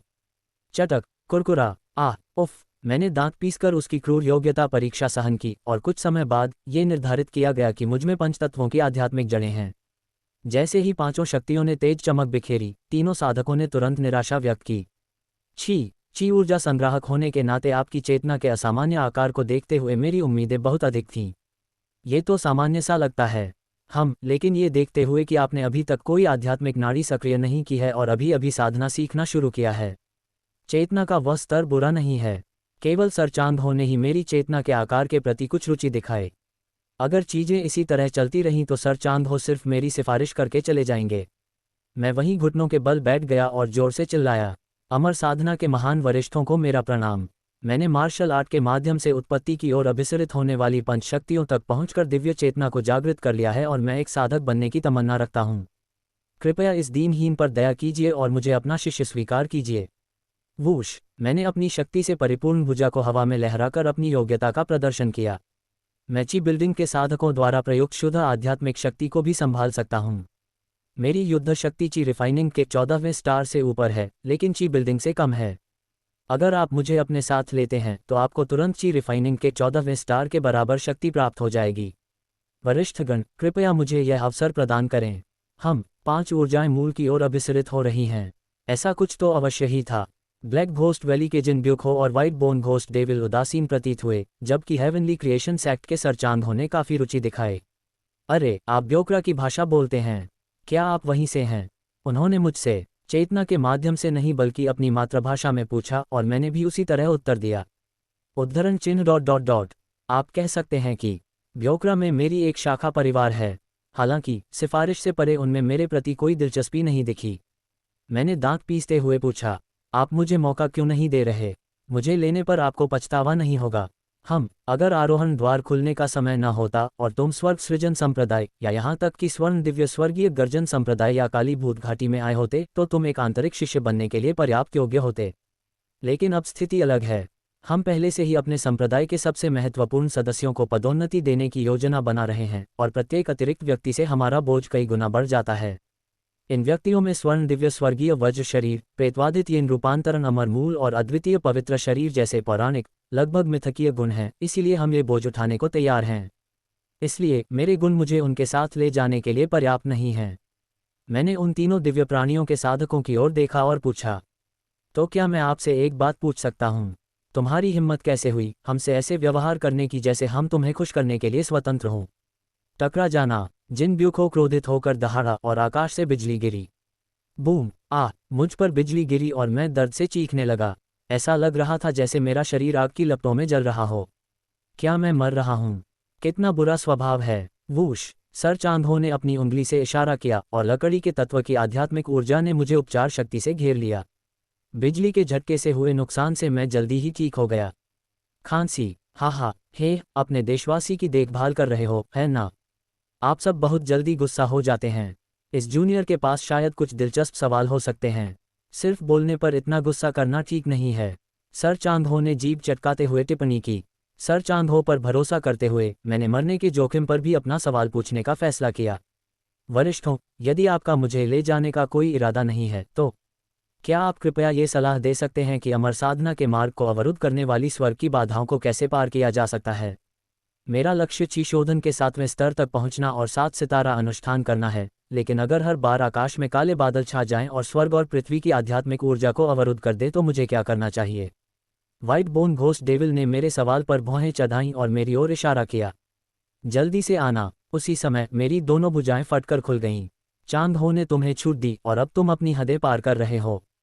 क्या तुम्हें सच में लगता है कि तुम्हें हमसे बात करने का अधिकार है? अरे यार, अगर तुम्हें नहीं पता तो बस कह दो कि तुम्हें नहीं पता। सच में, ये पागलपन है। सर चांदो ने अपनी जीभ चटकाए और मेरे हाथ वापस लौटा दिए। व्हाइट बोन घोस्ट डेविल ने कांग मिन्ही को अपने करीब खींच लिया। ऐसा लग रहा था जैसे वह मुझसे और ज्यादा परेशान होना नहीं चाहता हो और वह आकाश में उड़ गया। स्वर्गिक अस्वीकृति की घटना। मुझे याद है मैंने इसके बारे में संप्रदाय के अभिलेखागार में पढ़ा था। जिन ब्यूको ने मेरे प्रश्न में कुछ रुचि दिखाई और उत्तर देने से पहले थोड़ी देर विचार किया। जहां तक मुझे पता है, अगर कोई और मदद करे तो अनुष्ठान टूट जाएगा, इसलिए आपको स्वर्गीय अस्वीकृति की घटना की विसंगतियों को स्वयं ही दूर करना चाहिए। देखो उसका चेहरा कैसे उतर गया। खैर, ये कोई काम की सलाह नहीं है ना?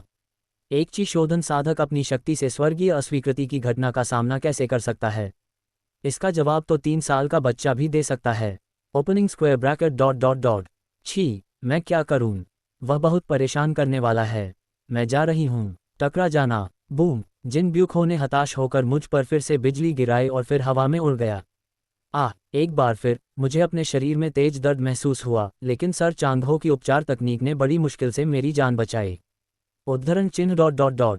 धन्यवाद श्री चांगहो, स्वर्ग सृजन संप्रदाय और चोंगमुन वंश के संप्रदाय प्रमुख। कोई बात नहीं। छी, जब आप स्वर्गिक अवस्था में पहुंच जाते हैं तो हर किसी का स्वभाव थोड़ा बदल जाता है, इसलिए बस इसे सहन कर लें। फिलहाल मैं आपको चोंगमुन कबीले के लिए सुझाव देता हूँ। आपकी चेतना के साथ आरोहण द्वार खुलने से पहले आपका हर जगह स्वागत होता, लेकिन यह अफसोस की बात है। मैंने अब भी उनके सामने पूरी तरह झुककर कहा, आपके शब्दों के लिए धन्यवाद, लेकिन मैं इस अवधि के दौरान असेंशन गेट से गुजरने वाले कई वरिष्ठ नागरिकों से अपील करना जारी रखने की योजना बना रहा हूँ। अगर आप अपील भी करते हैं तो बाकी सब लोग अपने सबसे महत्वपूर्ण सदस्यों और भावी प्रतिभाओं को अपने साथ ले जाने में व्यस्त हैं। आपको कोई भी आपकी देखभाल करने वाला नहीं मिलेगा। लेकिन क्या कुछ ऐसे भी नहीं हैं जो बिना किसी गुट के अकेले चलते हैं? मैंने एक ऐसे व्यक्ति के बारे में सुना है जो कुबड़ा है और कठपुतलियों को नियंत्रित करता है, उसका कोई गुट नहीं है। मेरी बातों पर सर चांगहो ने भौहें चढ़ाईं। क्या तुम पागल भगवान से अपील करने जा रहे हो? तुम पागल। उसने चेतना के माध्यम से यह बात कही, न कि मौखिक रूप से। ये सुनकर जाने की तैयारी कर रहे जिन ब्यूको और व्हाइट बोन घोस्ट डेविल ने नीचे की ओर देखा। पागल स्वामी, उस पागल बूढ़े आदमी की उपाधि का जिक्र क्यों हो रहा है? तुम उस रोंगटे खड़े कर देने वाले पागल का जिक्र क्यों कर रहे हो? ओह, उनकी प्रतिक्रिया अच्छी नहीं थी, यहाँ तक कि दोनों किसान भी पीछे हट गए। जिन ब्यूको का चेहरा गुस्से से लाल हो रहा था। आप उस पागल लॉर्ड को खुश करने की योजना तो नहीं बना रहे हैं, है ना? हाँ, मैंने आश्चर्य से सवाल किया। मुझे याद आया कि जब उन्हें पता चला कि मैं अपने पिछले जन्म में 5 ऊर्जाओं के अभिसरण से मूल तक पहुंचने वाला एक मार्शल आर्टिस्ट था, तो वे कितने मित्रवत थे, और उन्होंने मुझे छिपी हुई चेतना तकनीक भी उपहार में दी थी। व्हाइट बोन घोस्ट डेविल ने भी कठोर चेहरे के साथ मुझे सख्ती से सलाह दी। आप पागल स्वामी के बारे में तो जानते हैं, लेकिन क्या आप नहीं जानते कि वह किस प्रकार का व्यक्ति है? वह कभी कभी समझदार प्रतीत हो सकता है, लेकिन वह अक्सर पागलपन और विक्षिप्तता के दौरों से ग्रस्त रहता है। वह किसी भी शैतानी कला के साधक या कबीले से कहीं अधिक भयानक और रोंगटे खड़े कर देने वाला है। आपने शायद उसके बारे में कुछ तर्कसंगत लेख पढ़े होंगे, लेकिन वह ज़्यादातर पागल ही है, इसलिए उससे बातचीत न करें। सर चांगहो ने भी मुझसे चिंता भरे चेहरे के साथ बात की। क्या तुमने नहीं कहा था कि तुम उत्पत्ति की ओर अभिसरित होने वाली 5 शक्तियों की मार्शल आर्टिस्ट हो? पागल स्वामी का मार्शल आर्टिस्टों के प्रति अजीब जुनून जग जाहिर है। क्या उसकी युवा प्रेमिका उत्पत्ति की ओर अभिसरित होने वाली 5 शक्तियों की मार्शल आर्टिस्ट नहीं थी? उसकी मृत्यु के बाद से वह पागल मार्शल आर्टिस्टों को पकड़कर उन्हें कठपुतली जैसे प्राणियों में बदलने के लिए कुख्यात हो गया। मैं आपको सलाह देता हूं कि आप उसके पास न जाएं। अगर आप उस पागल स्वामी के हाथों पकड़े गए तो हो सकता है कि आप एक जीवित कठपुतली में बदल जाएं। उद्धरण चिन्ह। उद्धरण चिन्ह। उसने निराशा में अपना सिर हिलाया और आह भरी। खैर, अगर तुम अपनी जान जोखिम में नहीं डालना चाहते तो न सिर्फ उससे बात करने से बचो, बल्कि अगर वह दिखे तो तुरंत छिप जाओ ताकि कोई तुम्हें देख न सके। मेरी बात याद रखना, फालतू की बातों को भूल जाओ और यह सिफारिशी पत्र चोंगमुन कबीले को दे दो।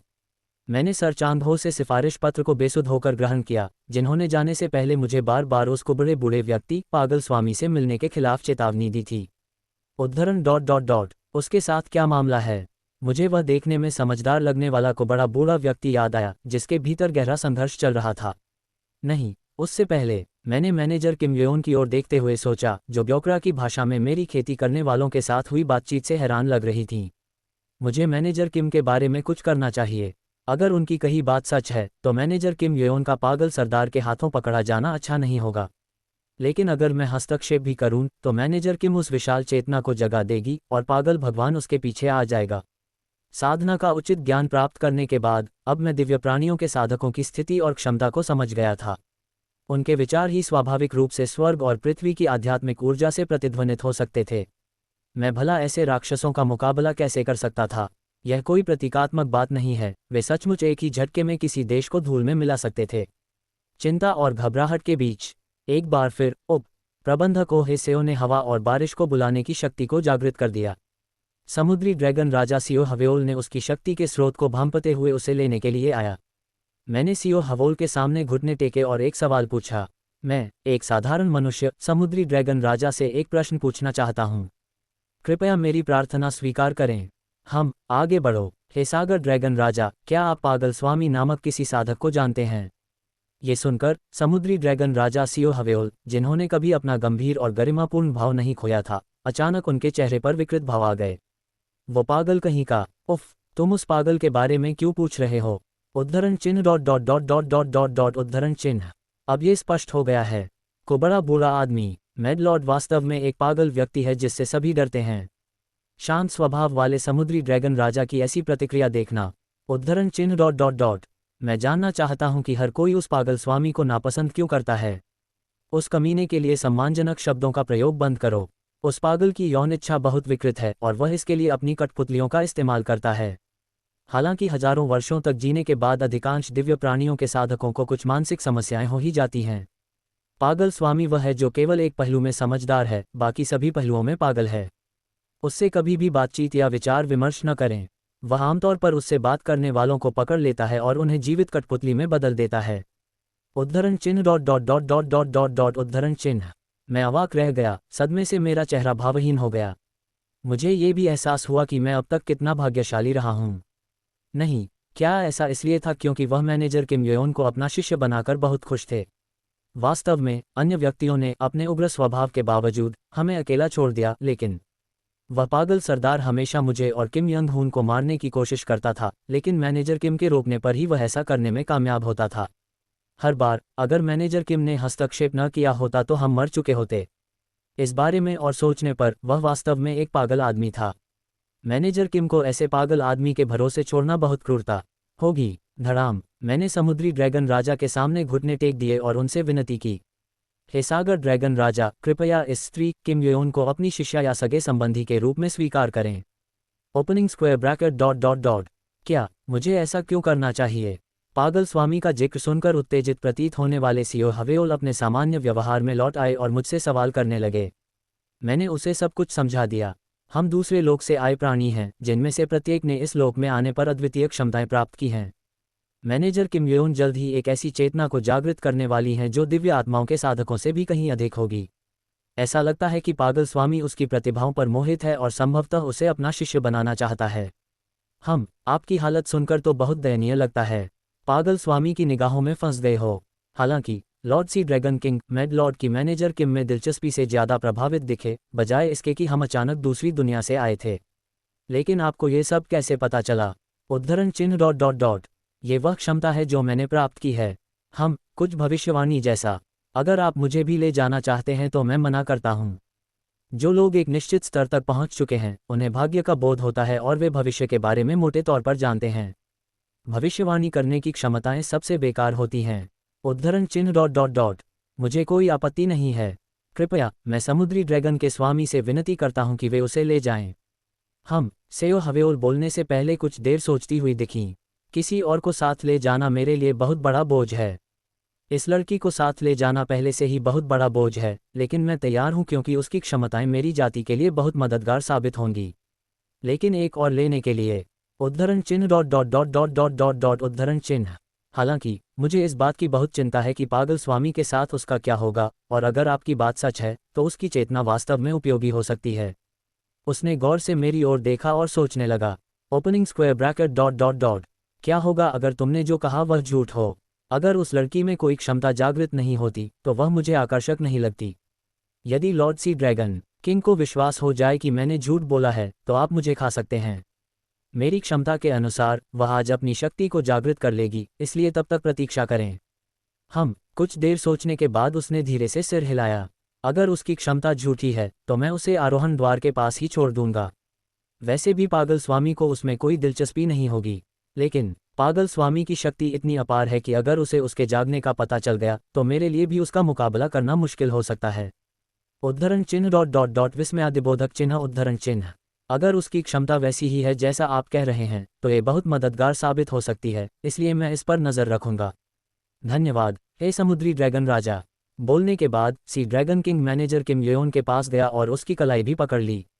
किम योन, जो हो रही घटनाओं से अनजान थी, आश्चर्य से छटपटाने लगी। काफी विद्रोही स्वभाव है। थोड़ी देर सो जाओ। वूश। समुद्री ड्रैगन राजा से निकली चेतना की एक कोमल लहर ने किम योन, किम यंग हून और ओहे सेओ को सुला दिया। Opening square bracket dot dot dot. मैंने उम्मीद से ज्यादा बात कर ली। चूंकि भाग्य हमें यहाँ ले आया है, मैं तुम्हें ले तो नहीं जा सकता, लेकिन मैं तुम्हें आरोहण पथ से मुक्त कर सकता हूँ।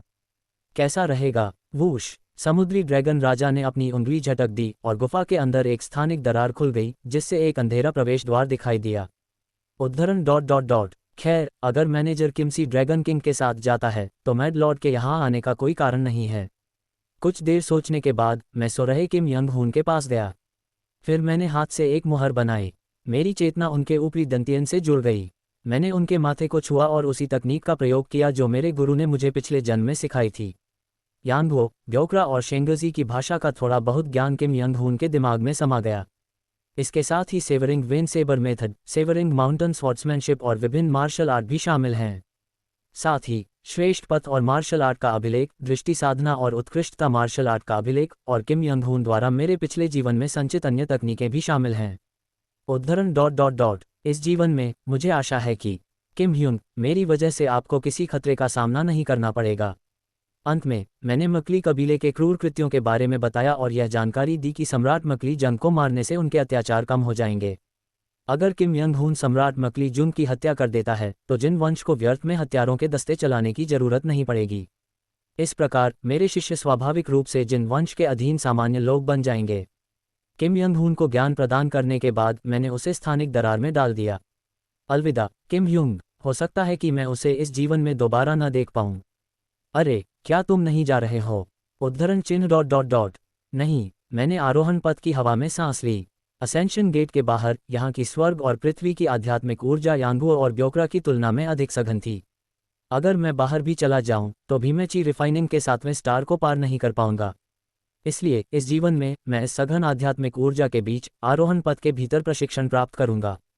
मैं निरंतर स्वर्ग के लिए अनुष्ठान करता रहूंगा। ईमानदारी से आकाश भी हिल सकता है।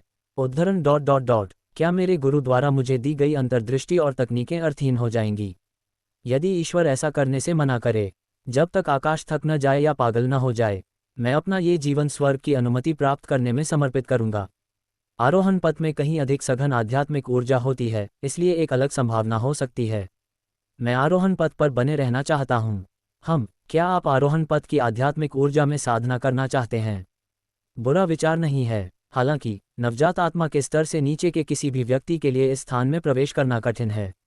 स्वर्गीय प्राणियों के साधकों ने ची बिल्डिंग और कोर फॉर्मेशन से ऊपर के सभी जीवित प्राणियों को सामग्री के रूप में पहले ही ले लिया है। यदि आप यहाँ अभ्यास करते हैं तो आपको दशकों तक घोर एकांत में रहना पड़ेगा।